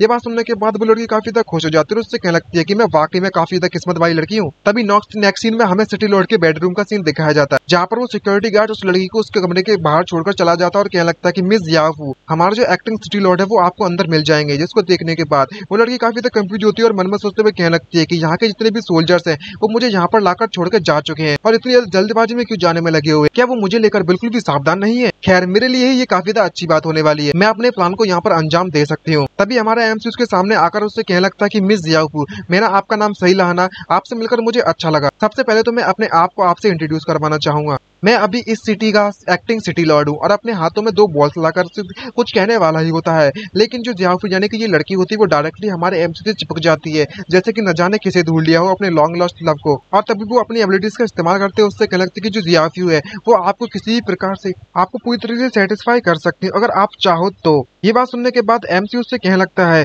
क्या तुम वाकई में इस तरीके से जो हमारी स्टेप्स थे उसे स्किप करना चाहती हो, क्या मेरे जो मेल फार्मर्स है वो वाकई में इतनी ज्यादा स्ट्रॉन्गली रिलीज होने में लगे हुए हैं कि तुम अपने आप को कंट्रोल भी नहीं कर पा रही हो क्या। और तभी उसके वो जाल में बिल्कुल भी नहीं फंसता हमारा एमसी और अपने चेहरे से उसके चेहरे को मतलब जोड़ते अपने हाथों से हटाने लगता है और उससे कहना लगता है कि ऑफकोर्स सी बात है कि मैं तुम्हें अपने लिए हासिल करना चाहता हूँ, लेकिन बात करें तुम्हारी बॉडी में तो तुम वाकई में बहुत ज्यादा कमजोर हो, तुम्हारी बॉडी मेरे लिए बिल्कुल भी सुटेबल नहीं है।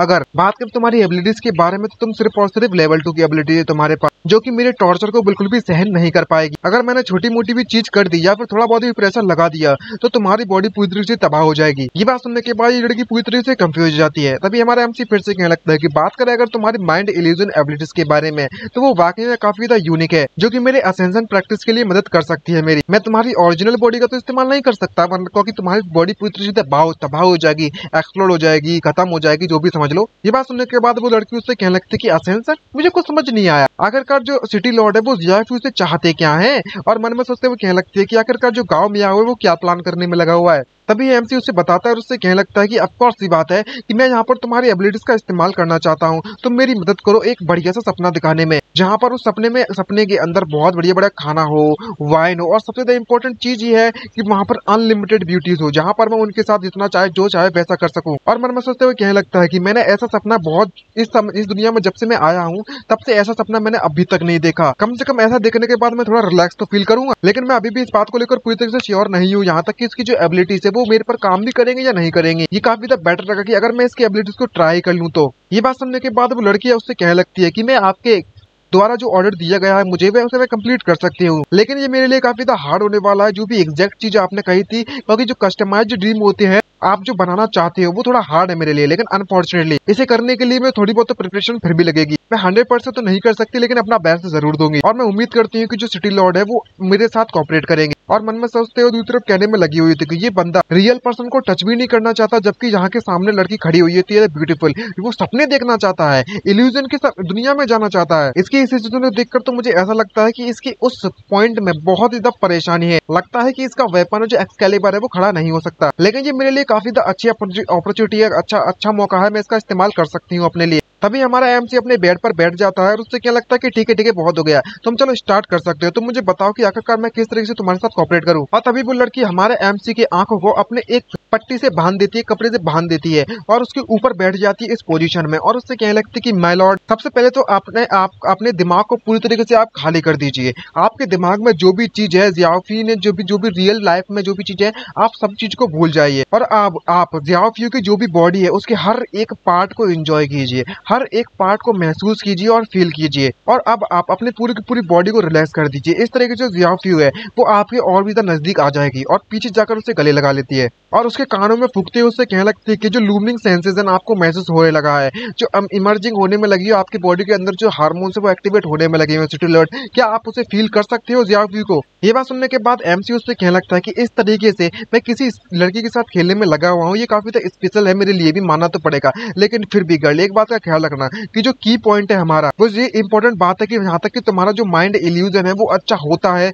या फिर नहीं होता है, ये इंपॉर्टेंट करता है। रियल लाइफ में तुम चाहे इतना मेरे साथ कर लो, कोई फर्क पड़ने नहीं वाला, तुम्हें इसके बदले में कोई भी एक्स्ट्रा पॉइंट्स नहीं मिलने वाले, तुम्हें अब तुम्हारी एबिलिटीज पर डिपेंड किया जाएगा तुम्हें। ये बात सुनने के बाद ज़ियाओफी उससे कहने लगते कि सिटी लॉर्ड, आप तो वाकई में बहुत ज्यादा अनोइंग होने में लगी हुई, यहाँ तक कि जो मेरे एक्शंस हैं उन्हें तैयारियों की जरूरत पड़ती है माइंड इल्यूजन क्रिएट करने के लिए। जब आप पूरी तरीके से सपने में चले जाओगे तो आप वहाँ पर ऐसी लड़कियों को देख सकते हो जो कि ज़ियाओफी से ज्यादा बहुत ज्यादा जेंटल होने वाली है, और जो आपके सपनों की जो लड़कियां हैं वो आपको मिल जाएंगी आपके सपने में। और तभी दिखाया जाता है कि उसके नाखून और अचानक से बड़े हो जाते हैं। तभी हमारा एमसी उससे कहने लगता है कि अच्छा है, बहुत अच्छा है, मैं वाकई में तुम्हारी एबिलिटीज को महसूस करना चाहता हूँ, देखना चाहता हूँ कि आखिरकार इसमें क्या होने वाला है। और तभी उसकी पीठ से अजीब तरीके के टेंटिकल्स निकल पड़ते हैं और वो कहने लगती है कि सिटी लॉर्ड, अब यहाँ पर समय आ चुका है कि जो ज़ियाओफी है वो स्टार्ट करे आपके पूरी तरीके से स्ट्रक्चर बनाने के लिए, आपके सपने के लिए जो स्पेशल एबिलिटी का इस्तेमाल कर और आपको स्पेशल सर्विस प्रोवाइड करवाएगी आपके माइंड इल्यूजन में। दूसरी तरफ मन में सोचते हुए हमारा एमसी कहने में लगा हुआ है कि जिस तरह की ये स्लिपरी चिकनी चिकनी फीलिंग मुझे आने में लगी हुई है, ये ऐसे आ रही है जैसे कि मैं गेम प्ले खेलने में लगा हुआ हूँ, यहाँ पर तुम कई सारे वीडियोस के साथ बॉडी टू बॉडी शावर लेने में लगे हुए हो।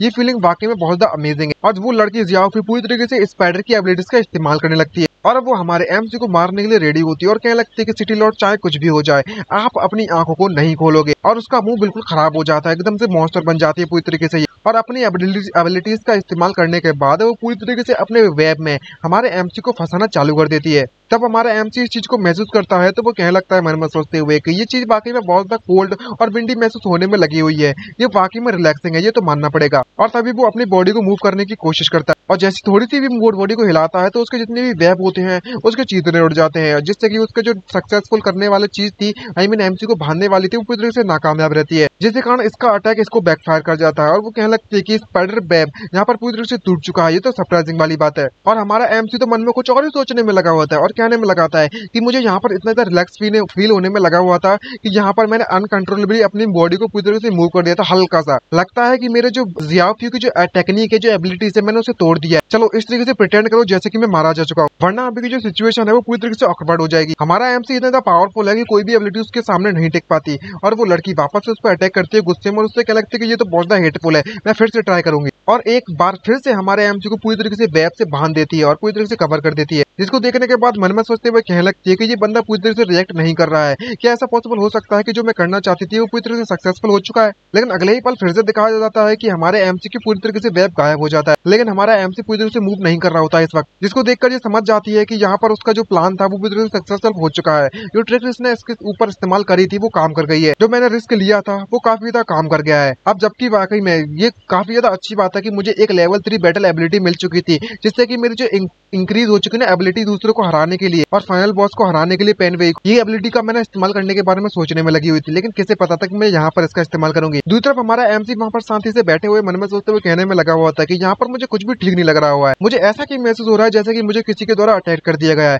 और ऐसा फील हो रहा है जैसे कि कोई डिमोनिक पपेट एबिलिटी का इस्तेमाल कर रहा है मेरे ऊपर। तभी वो लड़की उसकी आंखों से पट्टियां उठाती है और उससे कहने लगती है कि भले ही तुम फिल्म के अंदर ड्रैगन आर्मर के तौर पर कहलाते होगे, लेकिन बात करें तो मेरे रियल पावर के बारे में तो वो काफी ज्यादा कमजोर है, जिससे पहले कि हम बॉस पर अटैक करें मेरे लिए यही बेटर रहेगा कि मैं एफिशिएंटली तुम्हारा इस्तेमाल कर। ये बात सुनने के बाद हमारा एमसी मन में सोचते हुए कहने लगता है कि यहाँ पर हमेशा ऐसे पेशेंट्स आ जाएंगे जो कि मुझे हमेशा चोट पहुंचाने की कोशिश करते रहेंगे, मैं इन जैसे को अपनी एबिलिटी का इस्तेमाल कर रिमूव कर सकता हूँ। इसकी एबिलिटी इतनी ज्यादा कमजोर थी, यहाँ तक कि मेरा जो डेंजर अलर्टिंग सिस्टम था वो भी एक्टिवेट नहीं हुआ। छे, इसे वाकई में ऐसा लगता है कि ये मुझे हराने में कामयाब रहेगी, ये अपने बारे में सोचती क्या है। लेकिन मुझे एक बात अभी भी समझ में नहीं आएगी, अभी इसने कहा था कि मैं एक ड्रैगन आर्मर हूँ, वो भी एक फिल्म के अंदर, इसके कहने का मतलब क्या है? फिल्म में एक ड्रैगन सेट, आखिरकार ये कहना क्या चाहती है? ये सब है क्या? मुझे इसके बारे में क्यों नहीं पता। तभी वो लड़की उसको ले जाने लगती है और उससे कहने लगती है कि हे ड्रैगन लिटिल ड्रैगन आर्मर, तुम मुझे फॉलो करो। लेकिन हमारा एमसी उसको फॉलो करना चालू कर देता है और मन में सोचते हुए कहने लगता है खैर ये लड़की जो भी मुझसे कहेगी मैं अभी के लिए वो सब करने के लिए तैयार हूँ। सबसे पहले तो मैं इसे फॉलो कर देखता हूँ और जानना चाहता हूँ कि आखिरकार इसके शब्दों का मतलब क्या था। मुझे इस ब्रैट का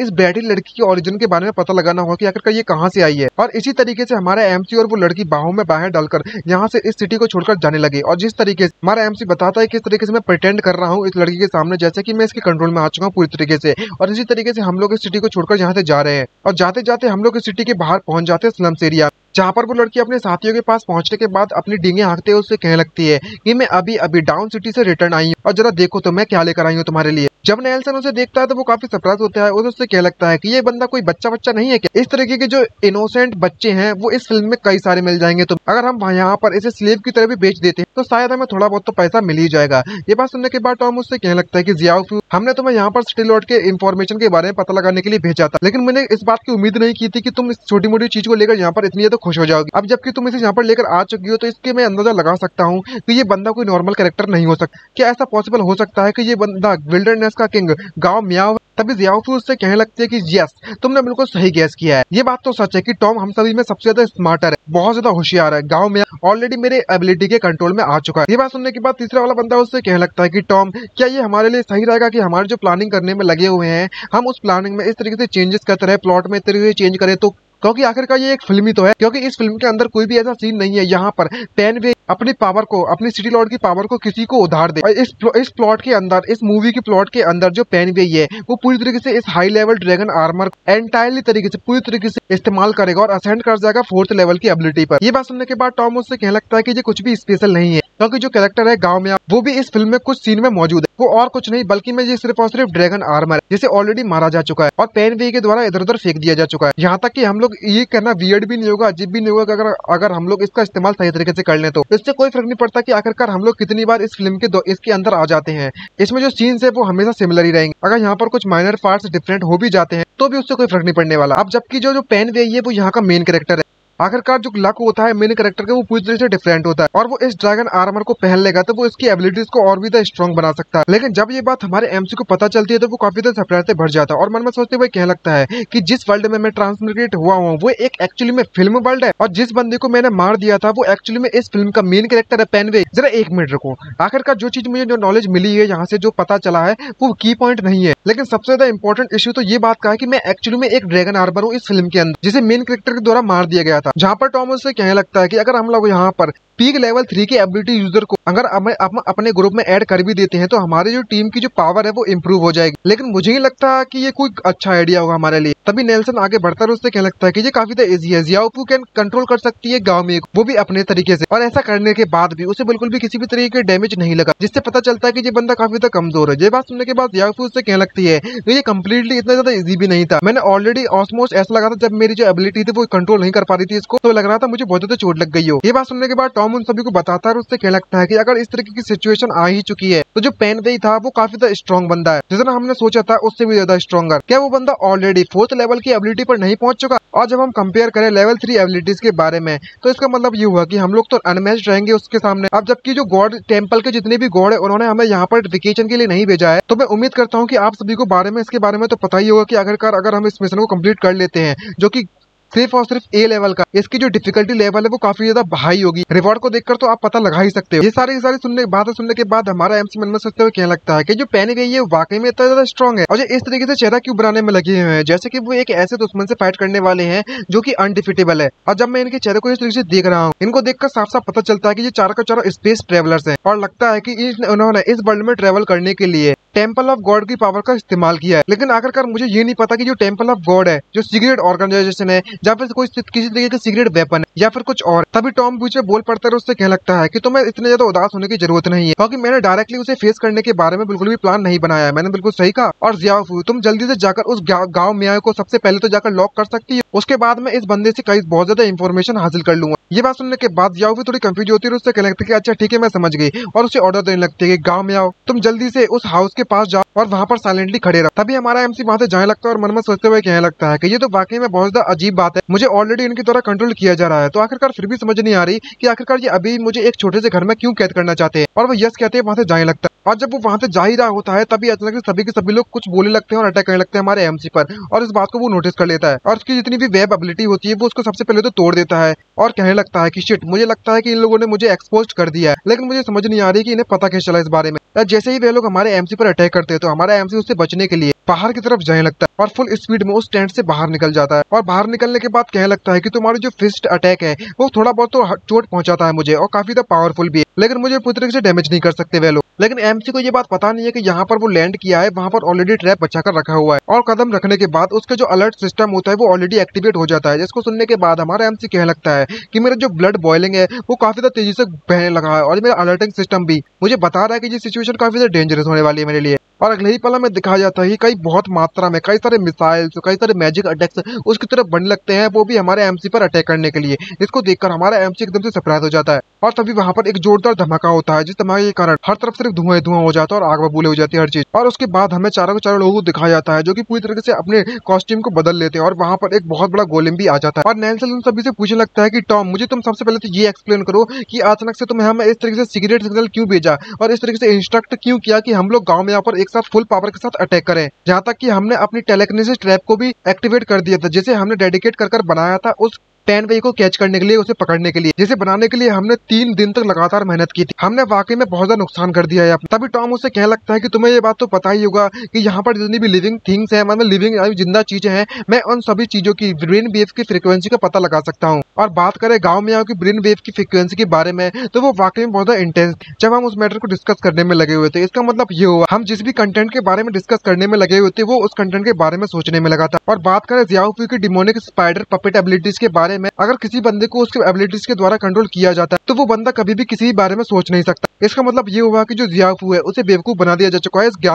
गांव मियाओ के द्वारा। और गांव मियाओ यहाँ पर प्रिटेंड करने में लगा होता है इस पूरे के पूरे समय। अब जबकि यहाँ पर एक इतना डेंजरस बंदा हमारे कैंप के अंदर आ चुका है, तो सीधी सी बात बनती है कि हम फुल पावर के साथ इस पर अटैक करें और इसे फेस करें, जब ये पूरी तरीके से अनप्रिपेयर्ड है उस समय पर। तभी हमें उस तीसरे वाले बंदे को दिखाया जाता है। इसे देखकर पता चलता है कि ये तो हमारा सस्ता आयरन मैन है। भाई साहब, यहाँ पर तो कॉपी आ गई आयरन मैन, जिसका सूट उसकी तरह दिखता है और वो आयरन मैन, सस्ता आयरन मैन उससे कहने लगता है इस चीज को इस तरीके से प्रैक्टिस करो, जैसे ट्रीट करो जैसे कि हम लोग प्रैक्टिस करने में लगे हुए हैं और अपनी टैक्टिक को बढ़िया बनाने में लगे हुए हैं, जब हम पेनवे से फाइट करेंगे उस समय के लिए। और तभी थोड़ा बहुत धमाका होने के बाद जब सब कुछ क्लियर होता है तो सभी लोग हमारे एमसी को देखते हैं तो कहने लगते हैं कि इस बंदे को तो बिल्कुल भी वहां पर चोट नहीं लगी है और वो पूरी तरह से ठीक है। और हमारा एमसी पूरी तरीके से बदल चुका होता है, उसके बाल बड़े हो गए होते हैं, व्हाइट हो गए होते हैं, उसके कपड़े बदल चुके होते हैं और काफी गुस्से में देखते हुए उससे कहना लगता है कि वेरी गुड, तुमने वाकई में मुझे इतना ज्यादा गुस्सा दिला दिया है कि तुमने मुझे मेरी जो कंप्लीट फॉर्म है उसे कन्वर्ट करने के लिए मजबूर कर दिया है। और जो लास्ट क्रीचर था मेरी इस कंप्लीट फॉर्म को देखने वाला, वो और कोई नहीं बल्कि मैं वह एंसेस्टर था ऑल म्यूटेंट बीस्ट का इस प्लेनेट का, जिसे हम बीस्ट गॉड भी कहते हैं। लेकिन जब उसने मुझसे फाइट की तो मैंने उसके चीथड़े उड़ा दिए थे, उसके यहाँ तक कि उसकी जो राख है ना वो भी नहीं बची थी। ये बात सुनने के बाद, देखने के बाद नेल्सन काफी चिल्लाता है और कहने लगता है कि गांव में आखिरकार इतना ज्यादा स्ट्रॉन्ग कैसे हो सकता है। यहाँ तक कि ये बंदा तो इस सीरीज का, इस फिल्म का फाइनल बॉस भी नहीं है, ये बंदा बस एक एनपीसी है जिसे पेन वही के द्वारा फॉलो कर लिया गया था, निगल लिया गया था उसकी सारी की सारी एबिलिटीज को। ये बात सुनने के बाद ये लड़की उससे कहने में लगी होती है कोई फर्क नहीं पड़ने वाला कि आखिरकार इस फिल्म में कितना ज्यादा प्लॉट को चेंज किया जाए, लेकिन यहाँ पर एक लिमिट होती है चेंज करने की। सबसे ज्यादा मोस्ट पावरफुल गांव में वो एक थर्ड एनर्जी लेवल का बंदा होना चाहिए था, जो कि टेम्पल ऑफ गॉड के साथ एनकाउंटर हुआ था। वो बंदा इतना ज्यादा स्ट्रॉन्ग तो नहीं हुआ करता था उस समय पर। ये बात सुनने के बाद टॉम भी उससे कहने लगता है कि तुम जिस एंसेस्टर के बारे में बात करने में लगे हुए, एंसेस्टर के बारे में जो कि ऑल म्यूटेंट बीस्ट है, जिसे बीस्ट गॉड भी कहा जाता है, इसलिए कैरेक्टर तो था ही नहीं इस मूवी के अंदर, लेकिन अगर ये सेट है मूवी के अंदर तो ये काफी ज्यादा स्ट्रॉन्गर होगा उस पेनवे के मुकाबले में। जब वो इतना ज्यादा स्ट्रॉन्गेस्ट था, गॉड लेवल का क्रीचर था, जब इतना पावरफुल होने के बाद भी वो बंदा, वो एंसेस्टर बीस्ट का इस गांव में आओ के हाथों से मारा गया, ये बात तो वाकई में बहुत अजीब है। तभी बारी आती है हमारे सस्ते आयरन मैन के बोलने की बारी। तभी वो कहने लगता है कि हे टॉम, तुम्हें इस तरीके से अपना समय बर्बाद नहीं करना चाहिए इन सभी छोटी मोटी चीजों। अब हमारे पास कोई भी दूसरा चारा नहीं बचा हुआ है, हमें अपना बेस्ट देना होगा और चाहे कुछ भी हो जाए सबसे पहले तो हमें इसे मारना होगा गाँव में को। और तभी ये सस्ता आयरन मैन अपने हेलमेट को बुलाता है, MK30 ओवरलोड मोड को एक्टिवेट कर देता है, जैसे कि आप लोग देख ही सकते हो सस्ता आयरन मैन को। और नेल्सन जहाँ पर सेज स्टोन को खा लेता है, जिससे कि इसकी जो एबिलिटीज होती है वो और भी तक बढ़ जाती है और मेटल डिफाइनिंग एलिमेंट जेंट को वहां पर क्रिएट कर लेता है अपनी एबिलिटी का इस्तेमाल कर, जो कि एक गोलेम होता है। और जब हमारा एमसी इन सभी को इस तरीके से फाइट करते हुए देखता है तो वो काफी खुश होते हुए कहने लगता है कि एक्सीलेंट, तुमने तो कतई मौज बांध दी यार। मैं उम्मीद करता हूँ कि तुम सभी के सभी लोग मेरे साथ यहाँ पर कुछ समय के लिए खेल पाओगे, जैसा कि मैं जानता हूँ कि मैं ऑलरेडी इस प्लेनेट में पूरी तरीके से इनविजिबल हूँ, मुझे हराना इतना ज्यादा आसान नहीं है। तभी वो सस्ता आयरन मैन और वह गोलेम हमारे एमसी पर अटैक करने के लिए कूद पड़ते हैं और वह सभी के सभी मिलकर, खासकर वो सस्ता सा आयरन मैन हमारे एमसी पर कई सारे लेजर से अटैक करता है और उससे क्या लगता है कि ये बंदा तो वाकई में बहुत ज्यादा फास्ट है। और बात करें इसके स्ट्रेंथ के बारे में तो इसकी हर एक हिट इतनी ज्यादा स्ट्रॉन्ग है। क्या ऐसा पॉसिबल हो सकता है कि फाइनली यहाँ पर मुझे चांस मिल चुका है अपने फुल पावर का इस्तेमाल करने के लिए? तभी हमारा एमसी भी वहाँ पर कूद पड़ता है उस पर अटैक करने के लिए, और सबसे पहले तो उस सस्ते से आयरन मैन पर अटैक करता है। उससे कहने लगता है सबसे पहले मैं अपनी स्ट्रेंथ को थोड़ा सा बढ़ाता हूँ और देखता हूँ कि आखिरकार तुम मुझे झेलने में कामयाब रहोगे या नहीं रहोगे। तभी हमारा एमसी उससे कहने लगता है कि मैंने यहाँ पर अभी तक फुल पावर का इस्तेमाल किया और तुमने बस एक ही पंच में तुम्हारी इस तरीके से हालत हो चुकी है। तभी नैंसल भी कूदती है उससे कहने में लगा होता है कि तुम बास्टर्ड कहीं के, मैं तेरे साथ फाइट करूंगा लीडर, आप बस सावधान रहिए और मैं अपने लीडर का बदला जरूर लूंगा। और तभी नेल्सन वहां पर अटैक करने की कोशिश करने लगता है फुल फोर्स से, जिसको देखकर हमारा एमसी काफी खुश होता है, मुस्कुराते हुए उससे कहने लगता है कि ओ तो आज का मतलब ये हुआ कि जी ग्रेविटी का भी इस्तेमाल कर सकता है, जिससे कि इसकी जो फिस्ट है वो और भी ज्यादा पावरफुल बन जाएगी। और अगर ऐसी बात है तो मैं यहाँ पर अपनी फ्यूल कंजप्शन फिस्ट का इस्तेमाल करने वाला हूँ। रिलैक्स, मैं इस बार अपनी फुल पावर का इस्तेमाल नहीं करने वाला, ना ही ज्यादा पावर का, पहले के मुकाबले में कम पावर का इस्तेमाल करूंगा। हमारा एमसी तो इन सभी के चारों के साथ बस खेलने में लगा हुआ है और तभी एक ही पंच के दौरान वो उसके चीथड़े उड़ जाते हैं उसके पूरे गोलेम के। तभी वहां पर टॉम अपनी एबिलिटी का इस्तेमाल करता है जो कि 33,000 फॉरबिडन मंत्र्स का इस्तेमाल कर लेता है, वो भी एक ही बार, जिससे वो एमसी पर अटैक करते हुए कहने लगता है कि ये एक ग्रेट फॉरबिडन कर्ज है, जिसकी ये एक ऐसे टेंटिकल्स है जिसे एंशिएंट गॉड के ब्लड के द्वारा बनाया गया है, जिसे हराना तुम्हारे लिए बिल्कुल भी नामुमकिन के बराबर है। लेकिन हमारा एमसी ठहरा एक नंबर का pervert, I mean powerful, invisible. वो सीधे जाकर उसके अटैक में कूद जाता है और उसको कूदने के बाद, उसको चित्र उड़ाने के बाद कहने लगता है कि ये ऑक्टोपस देखने में तो ठीक लग रहा है, लेकिन इसका जो टेस्ट है वो ह्यूमंस के खाने के लिए नहीं है। तभी बारी आती है अपनी इस लड़की की, स्पाइडर गर्ल की, जो कि अपने स्केलेटन गोस्ट फ्लैग का इस्तेमाल करती है, जो कि उस फ्लैग में से एक बहुत बड़ा बीस्ट बाहर निकल पड़ता है और चिल्लाते हुए वो लड़की अटैक करते हुए उससे कहने लगती है कि मैंने यहाँ पर मिंग डायनेस्टी के किंग की जितनी भी बोन्स थी, उनकी जो हड्डियां थी, उनका इस्तेमाल किया है इसे बनाने के लिए, और इसका इस्तेमाल कर मैं अपने किसी भी दुश्मन को पूरी तरह से तबाह कर सकती हूँ। और हमारा एमसी भी उसकी अटैक की तरफ बढ़ने लगता है, जिसको देखकर हमारा एमसी काफी एक्साइटमेंट से भर जाता है। और तभी एक प्लेयर उसके बगल में पड़ा होता है, उसको उठाते हुए उससे कह लगता है क्या ये किसी तरीके के कॉस्प्ले है बू जीशान का? अगर ऐसी बात है तो मैं यहाँ पर एक स्टाफ को ढूंढूंगा जिससे कि मैं कॉस्प्ले कर सकूं सन वूकोंग की। और वो अपने उस लट्ठ जैसे दिखने वाली चीज को उसकी तरफ फेंक देता है स्पाइन बनाते हुए, और जैसे ही वो उसी जाकर टकराता है तो वो गोल गोल करके घूमने लगता है और हाथ में एक छेद होने लगता है, जिससे कि वो परछाई जो आई मीन जो शेडो बनी हुई थी एनर्जी से, उसके अंदर एक छेद हो जाता है और वो वहीं पर डिस्ट्रॉय हो जाती है वो, और गोस्ट फ्लैग वहां पर तबाह हो जाता है, जिससे कि उस स्पाइडर गर्ल के चेहरे से मुंह से खून निकलने लगता है, जिसको देखकर वो भी शॉक हो जाती है। तभी सस्ता आयरन मैन जब उसको देखता है तो वो कहने लगता है कि ये बंदा तो वाकई में बहुत ज्यादा पावरफुल है, ये बंदा जरूर 4th लेवल का एनर्जी लेवल एबिलिटी यूजर होगा। अगर ऐसी बात है तो सबसे पहले तो हमें 4 गॉड को कंबाइन करना होगा, तभी हम इसको मारने में कामयाब रहेंगे, हमारे पास कोई भी दूसरा चारा नहीं बचा। तभी वे चारों को चारों एक सील को बुलाते हैं और सील को अपने साथी में घुसेड़ लेते हैं और सभी के सभी 4 गॉड को एक साथ कलेक्ट कर लेते हैं, यूनाइट कर लेते हैं। तभी वहां पर 4 अलग अलग तरीके के गॉड्स आ जाते हैं, पावरफुल एनर्जीज दिखाई दे जाती हैं, और वो चारों को चारों जो एनर्जीज होती है, पावरफुल बीस्ट होते हैं, वो आपस में कंबाइन होने चालू हो जाते हैं, जिसको देखकर हमारा एमसी काफी खुश होता है और उससे कहने लगता है कि अच्छा है, बहुत अच्छा है। और तभी हमारा एमसी भी कूद पड़ता है उस पर अटैक करने के लिए, जो कि कंबाइन होने में लगे हुए थे, और एक ही झटके में उसके आर पार निकल पड़ता है उस बॉल से। तभी उस बॉल में एक जोरदार धमाका होता है और उसी धमाके के साथ उन चारों की हालत इतनी ज्यादा पतली हो जाती है, उनकी इतनी ज्यादा हालत खराब हो जाती है कि वो बिल्कुल भी मूव नहीं कर पा रहे होते, उनके शरीर के चित्रे उड़ जाते हैं और सारी की सारी एनर्जी भी खत्म हो जाती है। और हमारा एमसी कहने लगता है उनसे नीचे आने के बाद, वंडरफुल, तुमसे फाइट कर मुझे मजा आ गया। जब से मैंने उस बीस्ट गॉड को ब्लास्ट किया है तब से मैंने इतने ज्यादा मजे नहीं किए फाइट के दौरान। अब जबकि यहाँ पर तुम इस तरीके से फाइट कर सकते हो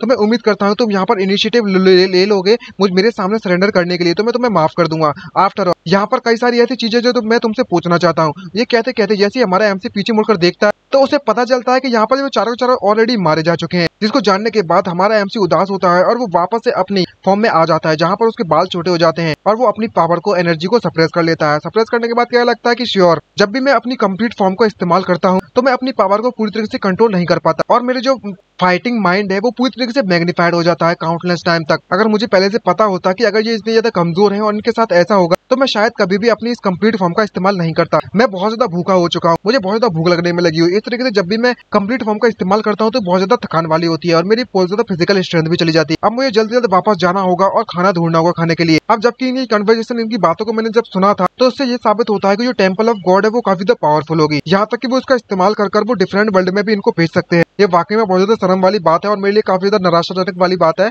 कि मैं इन्हें यहाँ पर मैंने एक झटके में मार दिया है। अब मैं इनसे कुछ पूछ भी नहीं सकता। जब हमारा एमसी वहां से जा रहा होता है तभी आसमान में अजीब सी चीजें होने लगती है और वहां पर ड्रैगन आकर अपना सिस्टम एक्टिवेट कर देता है और कहने लगता है कि जो आयरन बैनर मिशन है वो पूरी तरीके से टीम, आयरन बैनर मिशन की जो टीम थी पूरी तरह से एक्टिवेट कर दी जा चुकी है और सब लोग मारे जा चुके हैं और गाइड नंबर 10086 के जो मिशन था वो पूरी तरह से ओवर हो चुका है। अब उसे वापस से टेम्पल ऑफ गॉड पर भेजा जा रहा है और एस्केप प्रोसीजर को भी स्टार्ट किया जा रहा है। ये बात सुनने के बाद हमारा एमसी पूरी तरीके से शॉक हो जाता है और वहीं पर काउंटडाउन स्टार्ट हो जाती है 6। जैसी कहानी 6 पर पहुंच जाती है तभी अचानक से उसके सिस्टम में किसी प्रकार का कोई एरर आने लगता है और उसी एरर के साथ वो जो बड़ा सा ड्रैगन था उसके बीच में से टाइम एंड स्पेस में से एक अजीब सा क्यूट सा लिटिल ड्रैगन बाहर निकलती है और रोते रोते चिल्लाते हुए आने में लगी होती है। शिट, ओ शिट, नाना तो मरने वाली है, नाना मरने वाली है। इससे पता चलता है कि इस ड्रैगन का, छोटी सी लिटिल ड्रैगन का नाम नाना है और वो वहाँ पर रोने लगती है और कहने लगती है कि जहाँ पर जितने भी लिविंग सर्वाइवर्स थे, अगर यहाँ पर इसमें कोई भी सर्वाइवर बचता तो जो नाना है वो अपनी एबिलिटीज का इस्तेमाल कर रीअरेंज कर सकती है तुम्हारी टीम के लिए। लेकिन कैसे पता था कि ये चारों के चारों ही पूरी तरह डिस्ट्रॉय हो जाएंगे। अगर जो टास्क टीम है वो कम्प्लीटली उसे डिस्ट्रॉय कर दिया गया तो जो गाइड है उसे रिट्रीव कर लिया जाएगा गॉड्स के द्वारा, और एक बार गॉड्स के द्वारा इसे रिकॉल कर दिया गया तो उन गॉड्स को इसके बारे में पता चल जाएगा कि जो नाना है उसने अपनी सेल्फ अवेयरनेस को जगा लिया है। और ये चीज अगर डेफिनेटली एक्सपोज हो तो ये मेरे लिए बिल्कुल भी ठीक नहीं रहने वाला। मैं अभी अभी फोर्सफुली एक्सेप्ट किया है उस रिकॉल से, जहाँ पर मुझे वापस बुलाने के लिए प्रोसेस जारी कर दी गई थी। लेकिन जो गॉड्स है जितने भी वो सभी के सभी जल्दी रिकनेक्ट कर देंगे। अब मुझे क्या करना चाहिए? नाना को मरना नहीं है, मुझे मरना नहीं है। इसका मन नाना है वो अपने आप के बारे में बता रही है। तभी हमारा एमसी उससे पूछने लगता है कि मैं तुमसे एक क्वेश्चन पूछना चाहता हूँ।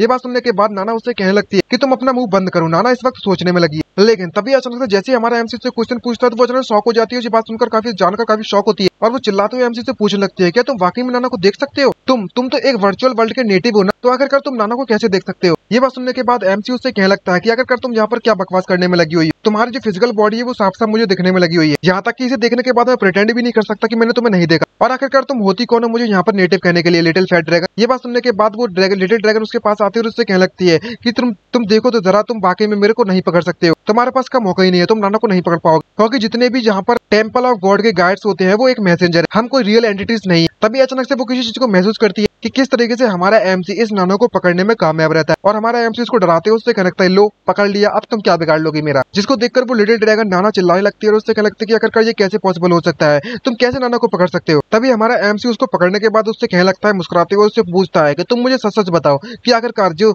4 लोग यहाँ पर मुझ पर अटैक करने के लिए आए थे उनके साथ तुम्हारा क्या रिलेशनशिप है, और ये God of temple of God ये क्या चीज है, और जिस वर्ल्ड में मैं मौजूद हूँ वाकई में क्या एक मूवी का सीन है, और तुम लोग इस वर्ल्ड में आए तो आए कैसे, और तुम्हारा मतलब क्या है इस वर्चुअल वर्ल्ड, और तुम्हारे पास कोई ऐसा आइडिया है जिससे कि मैं इस वर्चुअल वर्ल्ड को लीव कर सकता हूँ? तुम मुझे जल्दी से बताओ, अगर नहीं तो मैं तुम्हारे चीथड़े उड़ा दूंगा। ये बात सुनने के बाद वो लिटिल ड्रैगन समझ जाती है और उससे कहने लगती है कि नाना को ये बात समझ में आ चुकी है, तुम भी एक ट्रैवर्सर हो। इसका मतलब ये हुआ कि तुम भी एक दूसरे वर्ल्ड से आए हुए हो और तुम कुछ और नहीं बल्कि मैं मेन वर्ल्ड से आए हुए हो। मैंने सही कहा ना? तो अब मुझे समझ में आया कि आखिरकार तुम किस तरीके से मुझे देख सकते हो और टच कर सकते हो, और तुम इस वर्ल्ड के नेटिव नहीं हो। आफ्टर ऑल यहाँ पर मैं बच सकती हूँ, नाना को बचा जा सकता है। ये बात सुनने के बाद एमसी कुछ भी समझ में नहीं आता और उससे कहने लगती है आखिरकार तुम किस बारे में बात कर रहे हो? तभी नाना उससे कहने लगती है कि नाना तुम्हें सब कुछ बताने के लिए तैयार है, लेकिन तुम्हें सबसे पहले इस वर्ल्ड से निकलना होगा, क्योंकि जो गॉड्स हैं वो सभी के सभी जल्दी नाना को वापस बुला लेंगे और तुम्हें नाना की मदद करनी होगी इस वर्ल्ड से बाहर भागने में, निकलने। तुम्हें नाना पर भरोसा करना होगा, और अगर तुमने यहाँ पर इस तरीके से इंतजार करते रहे और इस वर्ल्ड में तुम रुकते हो और गॉड्स के आने का इंतजार करते हो तो तुम्हें वहाँ यहाँ पर बहुत ज्यादा अनवांटेड अटेंशन मिल जाएगी, जिसने पूरी मिशन टीम को अनहिलेट कर दिया है, पूरी तरह तबाह कर दिया है, और तुम्हारा जो सीक्रेट है उसे तुम ज्यादा समय तक नहीं छुपा कर रख पाओगे। शायद ये बात तुम्हें पता नहीं होगी कि जो जितने भी गॉड्स होते हैं वो जितने भी मेन वर्ल्ड के ट्रेवलर हैं, यानी कि जो भी ट्रेवल करके आए हुए हैं दूसरी दुनिया से मेन वर्ल्ड से इस दुनिया में, वो गॉड सभी के सभी उन लोगों को मार रहे हैं। तुम यहाँ पर आयरन बैनर टीम को मार सकते हो तो उसका मतलब ये नहीं हुआ कि तुम गॉड्स को भी हरा सकते हो। तुम कभी भी उन गॉड्स को अंडर एस्टिमेट ना करो तो यही बेटर रहेगा तुम्हारे लिए। तुम सिर्फ और सिर्फ 4th लेवल के एबिलिटी यूजर हो, तुम सिर्फ और सिर्फ इस वर्ल्ड को डोमिनेट कर सकते हो। और बात करें उस God of temple of God के बारे में तो उसकी जो फोर्स है वो पूरे के पूरे एंटायर वर्चुअल वर्ल्ड में मौजूद है, जिनके पास इतनी ज्यादा पावर है कि वो 8th और 9th लेवल के, यहाँ तक कुछ तो 10th लेवल के मॉन्स्टर के और गॉड्स को भी सरपास कर जाते हैं। तुम उन लोगों को हराने में बिल्कुल भी कामयाब नहीं रहोगे। ये बात सुनने के बाद एमसी उससे क्या लगता है कि यहाँ पर सब कुछ हर कोई बात बड़ी बड़ी बातें कर सकता है। मैंने सिर्फ और सिर्फ 4th लेवल की एनर्जी के बारे में सुना है और तुम यहाँ पर 10th लेवल एनर्जी के बारे में बात करने में लगी हुई हो। तुम्हारी जो रिडिकुलस स्टेटमेंट, तुम्हें वाकई में ऐसा लगता है कि मैं इस पर भरोसा करूंगा? तभी अचानक से हमारे एमसी का जो अलर्टिंग सिस्टम है वो एक्टिवेट हो जाता है, जिससे कि वो महसूस कर सकता है और वो समझ जाता है कि यहाँ पर इसका मतलब ये हुआ कि जो लिटिल फ्लैट ड्रैगन है जो भी मुझसे कहने में लगी हुई थी वो सब कुछ सच है, क्योंकि यहाँ पर एक ऐसे क्राइसिस आने वाला है जिससे बचना नामुमकिन है। मैं चाहे जहाँ चले जाऊँ उससे फिर भी नहीं बच पाऊंगा। और वो उसकी बातों पर भरोसा कर लेता है और कहने लगता है कि ठीक है, मुझे तुम्हारी बातों पर भरोसा है, जब तक तुम मुझे सब कुछ बताने के लिए तैयार हो और मैं तुम्हारी मदद कर दूंगा इस वर्ल्ड से एक्सेप्ट मतलब बाहर निकलने। अब तुम मुझे बताओ कैसे करो? ये बात सुनने के बाद वो नाना पूरी तरह से कंफ्यूज हो जाती है। तभी हमारे एमसी कहने लगता है, क्या तुम्हें यहाँ पर कुछ गलत समझ में आ चुका है? मैं तो तुम्हें ये बताना चाहती हूँ कि मेरे पास इस तरीके की कोई भी एबिलिटी नहीं है कि मैं इस वर्ल्ड को छोड़कर जा सकूं। क्या तुम्हें इस बात के बारे में पता नहीं है कि मैंने तुमसे खुद पूछा है कि मैं आखिरकार इस दुनिया को छोड़कर कैसे जा? मैं तो मुझे तो ये भी नहीं पता कि आखिरकार मैं इस दुनिया में कर क्या रहा हूँ, कैसे आया हूँ। ये बात सुनने के बाद नाना मुस्कुराती है और अपनी डींगे हाँकते हुए उससे कहने लगती लगती है कि हाँ ये बात तुम समझ सकते हो, तुम अपनी एबिलिटी का इस्तेमाल करके तो नहीं जा सकते हो, लेकिन तुम्हारे पास नाना है, जब तक तुम्हारे पास नाना है तुम्हें कोई भी दिक्कत की जरूरत नहीं होने वाली। तभी हमारा एमसी क्या लगता है कि ठीक है अब मुझे बताओ कि मुझे क्या करना है। तभी नाना एक्सप्लेन करती है, उससे क्या लगती है कि सबसे पहले गॉड्स ने जितनी भी नाना को पावर्स दी है वो सारी की सारी पावर्स नाना यहीं पर छोड़ देगी और सारी की सारी पावर्स को त्याग देगी, वरना हम लोग किसी वर्ल्ड में चले जाए वो लोग हमें ढूंढने में कामयाब रहेंगे और हम ऐसा नहीं होने दे सकते। लेकिन ये बात भी सच है कि अगर मैं सारी की सारी पावर्स को हटा देती हूँ अपनी बॉडी से तो नाना के जो कॉन्शियसनेस का मार्क है वो सिर्फ और सिर्फ कुछ एक सेकंड के लिए सर्वाइव करेगा। तो तुम्हें उस एक सेकंड के दौरान उस कॉन्शियसनेस मार्क को अपने अंदर बॉडी के अंदर डालना होगा। ये बात सुनने के बाद एमसी उससे कहने लगता है कि आखिरकार मैं तुम्हारी कॉन्शियसनेस मार्क को अपनी बॉडी में कैसे डालूं। तभी नाना उसे उदास होती है तो बताने लगती है कि तुम्हें चिंता करने की जरूरत नहीं है, नाना ऑटोमेटिकली तुम्हारी बॉडी में घुसेगी और तुम्हारी सोल के अंदर चली जाएगी और ऑटो इंटीग्रेशन नाना का सिस्टम है वो कम्प्लीटली हार्मलेस है, तुम्हें बिल्कुल भी चोट नहीं लगेगी। बिल्कुल ऐसा है जैसे कि तुम्हारे सोल के अंदर प्लग इन होने में लगा हुआ, जिससे कि तुम्हें कोई भी इफेक्ट नहीं पड़ेगा। एक बार तुम नाना की पूरी कॉन्शियसनेस को मार्क को रिसीव कर लोगे तो तुम नाना के मास्टर बन जाओगे। तो मैं उम्मीद करती हूँ कि तुम मुझे रिजेक्ट नहीं करोगे, चाहे कुछ भी हो जाए तुम मुझे रिजेक्ट मत करना, मैं तुमसे भीख मांगती हूँ। तभी वो नाना छोटी सी ड्रैगन रोना चालू कर देती है जो कि बहुत क्यूट लग रही है। तभी हमारा एमसी कहने लगता है कि कोई बात नहीं, तुम्हें चिंता करने की जरूरत नहीं है, तुम मुझे अपने शो आई मीन इस टेक्निक को चालू कर सकती हो। जहाँ पर हमारा एमसी मन में सोचते हुए कहने में लगा हुआ था कि अगर मुझे यहाँ पर कुछ भी डेंजर महसूस हुआ तो मैं यहाँ पर छुप सकता हूँ। खैर नाना के पास कोई ऑप्शन भी नहीं होता और वो उसे करने लिए रेडी हो जाती है और मन में सोचते हुए कहने लगता है कि मुझे ऐसी की फीलिंग आने में लगी हुई है कि ये बंदा बिल्कुल भी रिलायबल नहीं है, क्योंकि जो नाना का मार्क है कॉन्शियसनेस मार्क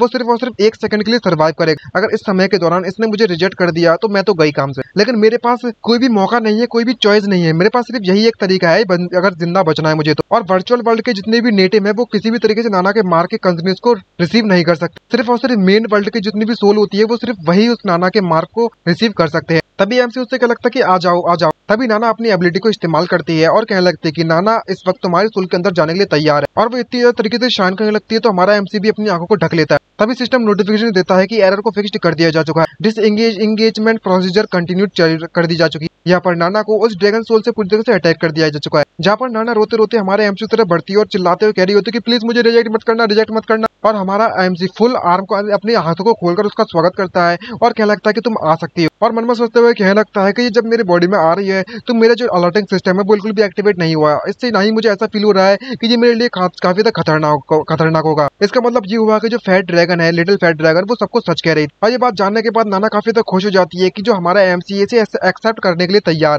और वो खुशी खुशी हमारे एमसी की बॉडी में जाकर घुस जाती है। और तभी हमारा एमसी अजीब तरीके से महसूस करने लगता है और कहने लगता है कि मुझे तो काफी ज्यादा अच्छा महसूस हो रहा है, ऐसा महसूस हो रहा है जैसे कि मेरी बॉडी के अंदर कुछ नया ही चीज ऐड हो चुकी है, आई मीन मेरे सोल के अंदर। और इस प्रोसेस के कंप्लीट होने के बाद नाना इसकी बॉडी से बाहर निकलती है तो खुश होते हुए चिल्लाने लगती है कि नाना यहाँ पर जिंदा हो चुकी है, मैं काफी ज्यादा खुश हूँ। और चिल्लाते हुए उससे कहने लगती है कि मास्टर मास्टर हमें जल्दी जल्दी यहाँ से निकलना होगा, हमारे पास ज्यादा समय नहीं बचा। तभी हमारा एमसी अपने हाथों को बांधता है और उससे कहने लगता है कि नॉट बैड, तुम इतना बुरा भी नहीं हो, तुम तो मुझे डायरेक्टली मास्टर कहकर बुलाने में लगी हुई हो। तभी नाना उससे कहने लगती है कि मास्टर तुमने ऑलरेडी इस मिशन की टीम को पूरी तरह से तबाह कर दिया है और तुमने पूरी तरीके से नाना की कॉन्शियसनेस को भी कलेक्ट कर लिया, और जो गॉड्स हैं वो यहाँ पर डीप स्कैन करेंगे इस वर्ल्ड में, और जब उन्हें तुम्हारी एबिलिटीज के बारे में पता चल जाएगा तो ये तुम्हारे लिए काफी ज्यादा बुरा होगा। इससे पहले कि उन्हें पता चले हमें इस वर्ल्ड को छोड़कर जाना होगा। ये बात सुनने के बाद एमसी उससे पूछने लगता है कि आखिरकार हम लोग किस तरीके से इस वर्ल्ड को छोड़कर जाए, और मन में सोचते हुए कहने लगता है कि इसमें कोई शक वाली बात नहीं है कि जो एपोकलिप्स वाली जो फीलिंग है ना वो अभी भी यहाँ से मेरे मन से गायब नहीं हुई है। यहाँ पर नाना उसे एक्सप्लेन करते हुए उसे बताने लगते कि हमारे जो मास्टर है यानी कि मेरे जो मास्टर है उनकी जो एबिलिटी है एक वर्ल्ड से दूसरे वर्ल्ड में ट्रेवल करने की, वो नेचुरल एबिलिटी है, लेकिन इसे सेल्फ एक्टिवेट नहीं किया जा सकता। लेकिन नाना आपकी मदद कर सकती है इस एबिलिटी को एक्टिवेट करने के लिए। ये बात सुनने के बाद एमसी उससे कहने लगता है कि अगर ऐसी बात है तो चलो इसे एक्टिवेट करते हैं। मुझे इस तरीके की फीलिंग आने में लगी हो क्योंकि जिस गॉड के बारे में तुम बात कर रही हो वो जहाँ पर जल्दी पहुंच जाएंगे। और मन में सोचते हुए कह रहा होता है कि जो क्राइसिस का सेंस है वो और भी तो बढ़ते जा रहा है। इसको ऐसा फील हो रहा है जैसे कि मेरे सामने एक ड्रैगन मुझसे फाइट करने के लिए आने में लगा, मुझे मारने के लिए, और मुझके सामने बस एक छोटे सा आंट हूँ, आई मीन चीटी। ये जो फैट ड्रैगन है उसने मुझसे कुछ भी झूठ नहीं कहा है। ये जो गॉड्स हैं वो फ्रीकिंग पावरफुल है, बहुत ज्यादा पावरफुल। मैं वाकई में उन्हें प्रोवोक करने के लिए अफोर्ड नहीं कर सकता। और यहाँ पर नाना भी रेडी हो जाती है वहां से निकलने के लिए। तभी हमारा एमसी उसे रुकने के लिए कहता है, उससे कहने लगता है कि जरा 1 मिनट रुको, मैं यहाँ पर इन चारों के चारों जितने भी सामान है वो सारे के सारे सामान को कलेक्ट कर लेता हूँ जो कि हमारी मदद करेंगे, क्योंकि इनसे मुझे काफी ज्यादा ऐसी चीजें मिली हुई है इन चारों से जिनको देखकर मेरा काफी ज्यादा दिल आ गया और जो मेरे काफी ज्यादा मदद भी करेंगे फ्यूचर में, और मैं उम्मीद करता हूँ कि इन्हें डैमेज भी ना हुआ होगा। ये बात सुनने के बाद नाना चिल्लाते उससे कहने लगता है कि मास्टर आप ऐसा नहीं कर सकते, क्योंकि ये जितनी भी सारी की सारी जो चीजें हैं उन्हें री एक्सचेंज किया गया है गॉड्स के द्वारा, और इन सभी आइटम्स पर गॉड का मार्क मौजूद है। अगर आप इन सभी का आइटम को ले जाते हो तो ऑफकोर्स हम चाहे किसी भी वर्ल्ड में चले जाए वो हमें ढूंढने में कामयाब रहेंगे और वो किसी भी समय पर हमारी लोकेशन के बारे में पता लगा लेंगे। ये बात सुनने के बाद एमसी उदास होता है और उससे क्या लगता है कि ये तो वाकई में बहुत शर्म वाली बात है कि हम लोग वाकई में इन इक्विपमेंट का इस्तेमाल नहीं कर सकते अपने लिए, चलो अब हमें चलना चाहिए। तभी नाना अपनी एबिलिटी का इस्तेमाल करने लगती है वहाँ पर टेलीपोर्ट करने के लिए और उससे कहने लगती है कि ठीक है मास्टर। नाना तुम्हारी मास्टर की ट्रेवर्स एबिलिटी है उसको इस्तेमाल एक्टिवेट करने वाली है। जैसे वो उस एबिलिटी को एक्टिवेट करती है तो हमारा एमसी अजीब तरीके से महसूस करने लगता है और कहने लगता है कि मुझे ऐसा फील हो रहा है जैसे कि मेरी बॉडी के अंदर एक पावर एक्टिवेट हो गई है। और हमारा एमसी चिल्लाने लगता है, जिसको देखकर नाना चिल्लाने लगती है और कहने लगती है कि आखिरकार तुम ये सब क्यों चिल्लाने में लगे हुए हो, तुम्हें इतना ज्यादा डरने की जरूरत नहीं है, ये बस एक एनर्जी लेवल है, फील्ड है और कुछ नहीं। तभी नाना उससे कहने लगती है कि मास्टर मैं आपको एक बात तो बताना भूल गई थी कि आपकी जो ट्रेवल करने की एबिलिटी है वो रैंडम एबिलिटी है। जिससे पहले कि हम न्यू वर्ल्ड में घुसे उसके बारे में नाना को भी कुछ नहीं पता कि आखिरकार हम लोग कहाँ जाने वाले हैं। ये बात सुनने के बाद एमसी भी उससे कहने लगता है कोई बात नहीं आखिरकार जब हम लोग बचकर उनसे निकल सकते हैं तब तक हमें कोई दिक्कत वाली बात नहीं है। ये बात सुनने के बाद वो काफी तक खुश हो जाती है और उससे कहने लगती है कि लेकिन मास्टर आपकी जो ट्रेवल्स करने की जो एबिलिटी है वो वाकई में बहुत ज्यादा स्पेशल है। आपकी इस एबिलिटी को अल्ट्रा रेयर कैटेगरी में रखा गया है उन गॉड्स के एक्सचेंज में सिस्टम में। जब तक हम इस एबिलिटी को पूरी तरीके से कंट्रोल करते हैं अच्छी तरीके से तो टेम्पल के जितने भी गॉड्स हैं वे हमारा किसी भी तरीके से पता नहीं लगा सकते। तभी एमसी उससे पूछने लगता है कि आखिरकार जो एक्सचेंज विद गॉड्स के तुम्हारा कहने का मतलब क्या है। तभी नाना उससे कहने लगती है कि हम जल्दी नए वर्ल्ड में आने वाले हैं। तब नाना आपको सब कुछ एक्सप्लेन कर देगी डिटेल में उस वर्ल्ड में जाने के बाद कि आखिरकार क्या कैसा क्या होने वाला है। और इसी सरप्राइजिंग के साथ मैं इस एपिसोड को यहीं पर एंडिंग करना चाहूंगा। उम्मीद करता हूँ कि ये सीरीज का पहला पार्ट आपको पसंद आया होगा। पसंद आया है तो वीडियो को लाइक करना मत भूलिएगा और चैनल को सब्सक्राइब जरूर कर दीजिएगा। और गाइस हाँ बेल आइकन को जरूर सेट कर दीजिएगा गाइस ताकि नोटिफिकेशन आप तक को पहुंच सके। ऑल पर सेट कर दीजिए और अपना फीडबैक जरूर दीजिएगा और बताना कि जी सीरीज किसी ने कंप्लीट अभी तक एक्सप्लेन की है या फिर नहीं की है और आप ही बताओगे कि कंटिन्यू करना है या नहीं करना है सीरीज को। तो गाइस मैं आप सभी को बताना चाहता हूँ अपने डिस्कॉर्ड सर्वर के बारे में। आप लोग यहाँ पर ज्वाइन कर सकते हो, इसकी जो डिस्क्रिप्शन में लिंक है वो आपको मैं प्रोवाइड करवा दूंगा टॉप पर। आप चाहो तो होम सेक्शन में जाकर लिंक मिल जाएगी आपको। तो गाइस मैं यहाँ पर गेम खेलता हूँ, गेम वगैरह टाइम पास करने के लिए GTA 5 वगैरह का। मैं कुछ ऐसे प्लेयर्स देख रहा हूँ जो कि अकेले खेलते हो GTA 5 गेम पीसी में, वो आकर मेरे साथ खेल सके, मेरे पास टाइम करने के लिए। सैटरडे और संडे को हम लोग गेम खेलते हैं तो आप लोग मेरे साथ आकर यहाँ पर एंजॉय कर सकते हो, चिल कर सकते हो गाइस। तो उम्मीद करता हूँ और यहाँ पर कई सारी ऐसी चीजें जहाँ पर हम डायरेक्टली बात कर सकते हैं और ऐसे कई सारे फीचर्स है जो हम कुछ भी कर सकते हैं। यहाँ पर आप हमें अपना रिकमेंडेशन शेयर कर सकते हो, मैं आपसे पूछ सकता हूँ कि आपको कौन सी मंगा चाहिए और उसके शेयर डायरेक्टली हम कॉल टू कॉल बात भी कर सकते हैं डायरेक्ट इधर पर। तो मैं उम्मीद करता हूँ कि आप लोग हमारे इस सर्वर को ज्वाइन कर लोगे, ज्यादा से ज्यादा लोग ज्वाइन करेंगे। मतलब हो सके तो यार कोई तो आ जाओ खेलने के लिए मेरे साथ। वैसे भी हम सिर्फ 2 ही लोग खेल पाते हैं तो हमें 4 लोग 2 लोग और चाहिए खेलने के लिए, मैं टाइम पास करने के लिए चाहिए। अगर आप लोग खेल सकते हो अवेलेबल हो तो कोई दिक्कत वाली बात नहीं है। अगर सिर्फ यही नहीं हम लोग GTA 5 खेलने का मतलब मन हो रहा था इसलिए मैंने आपसे बस रिक्वेस्ट कर रहा हूँ, अगर आप चाहो तो ज्वाइन कर सकते हो आप में से कोई भी अगर इंटरेस्टेड है तो बस इतना ही था। लिंक आपको मिल जाएगी डिस्क्रिप्शन में भी, कमेंट सेक्शन में भी और होम सेक्शन पे तो मिल ही जाएगी मेरे अबाउट सेक्शन में चैनल के। तो उम्मीद करता हूँ कि आप लोग ज्वाइन कर लोगे। तो आज के लिए इतना ही, मिलते हैं नेक्स्ट वीडियो में। Bye bye, see you signing out. और हाँ गाइस हो सके ना तो ज्वाइन कर लेना यार जो भी जानता है इसके बारे में या फिर जो भी गेम खेलता है। टाइम पास करना है यार मेरे को भी, सही बता रहा हूँ। सैटरडे संडे को खेलते हैं, कोई दिक्कत वाली बात नहीं है। Bye bye.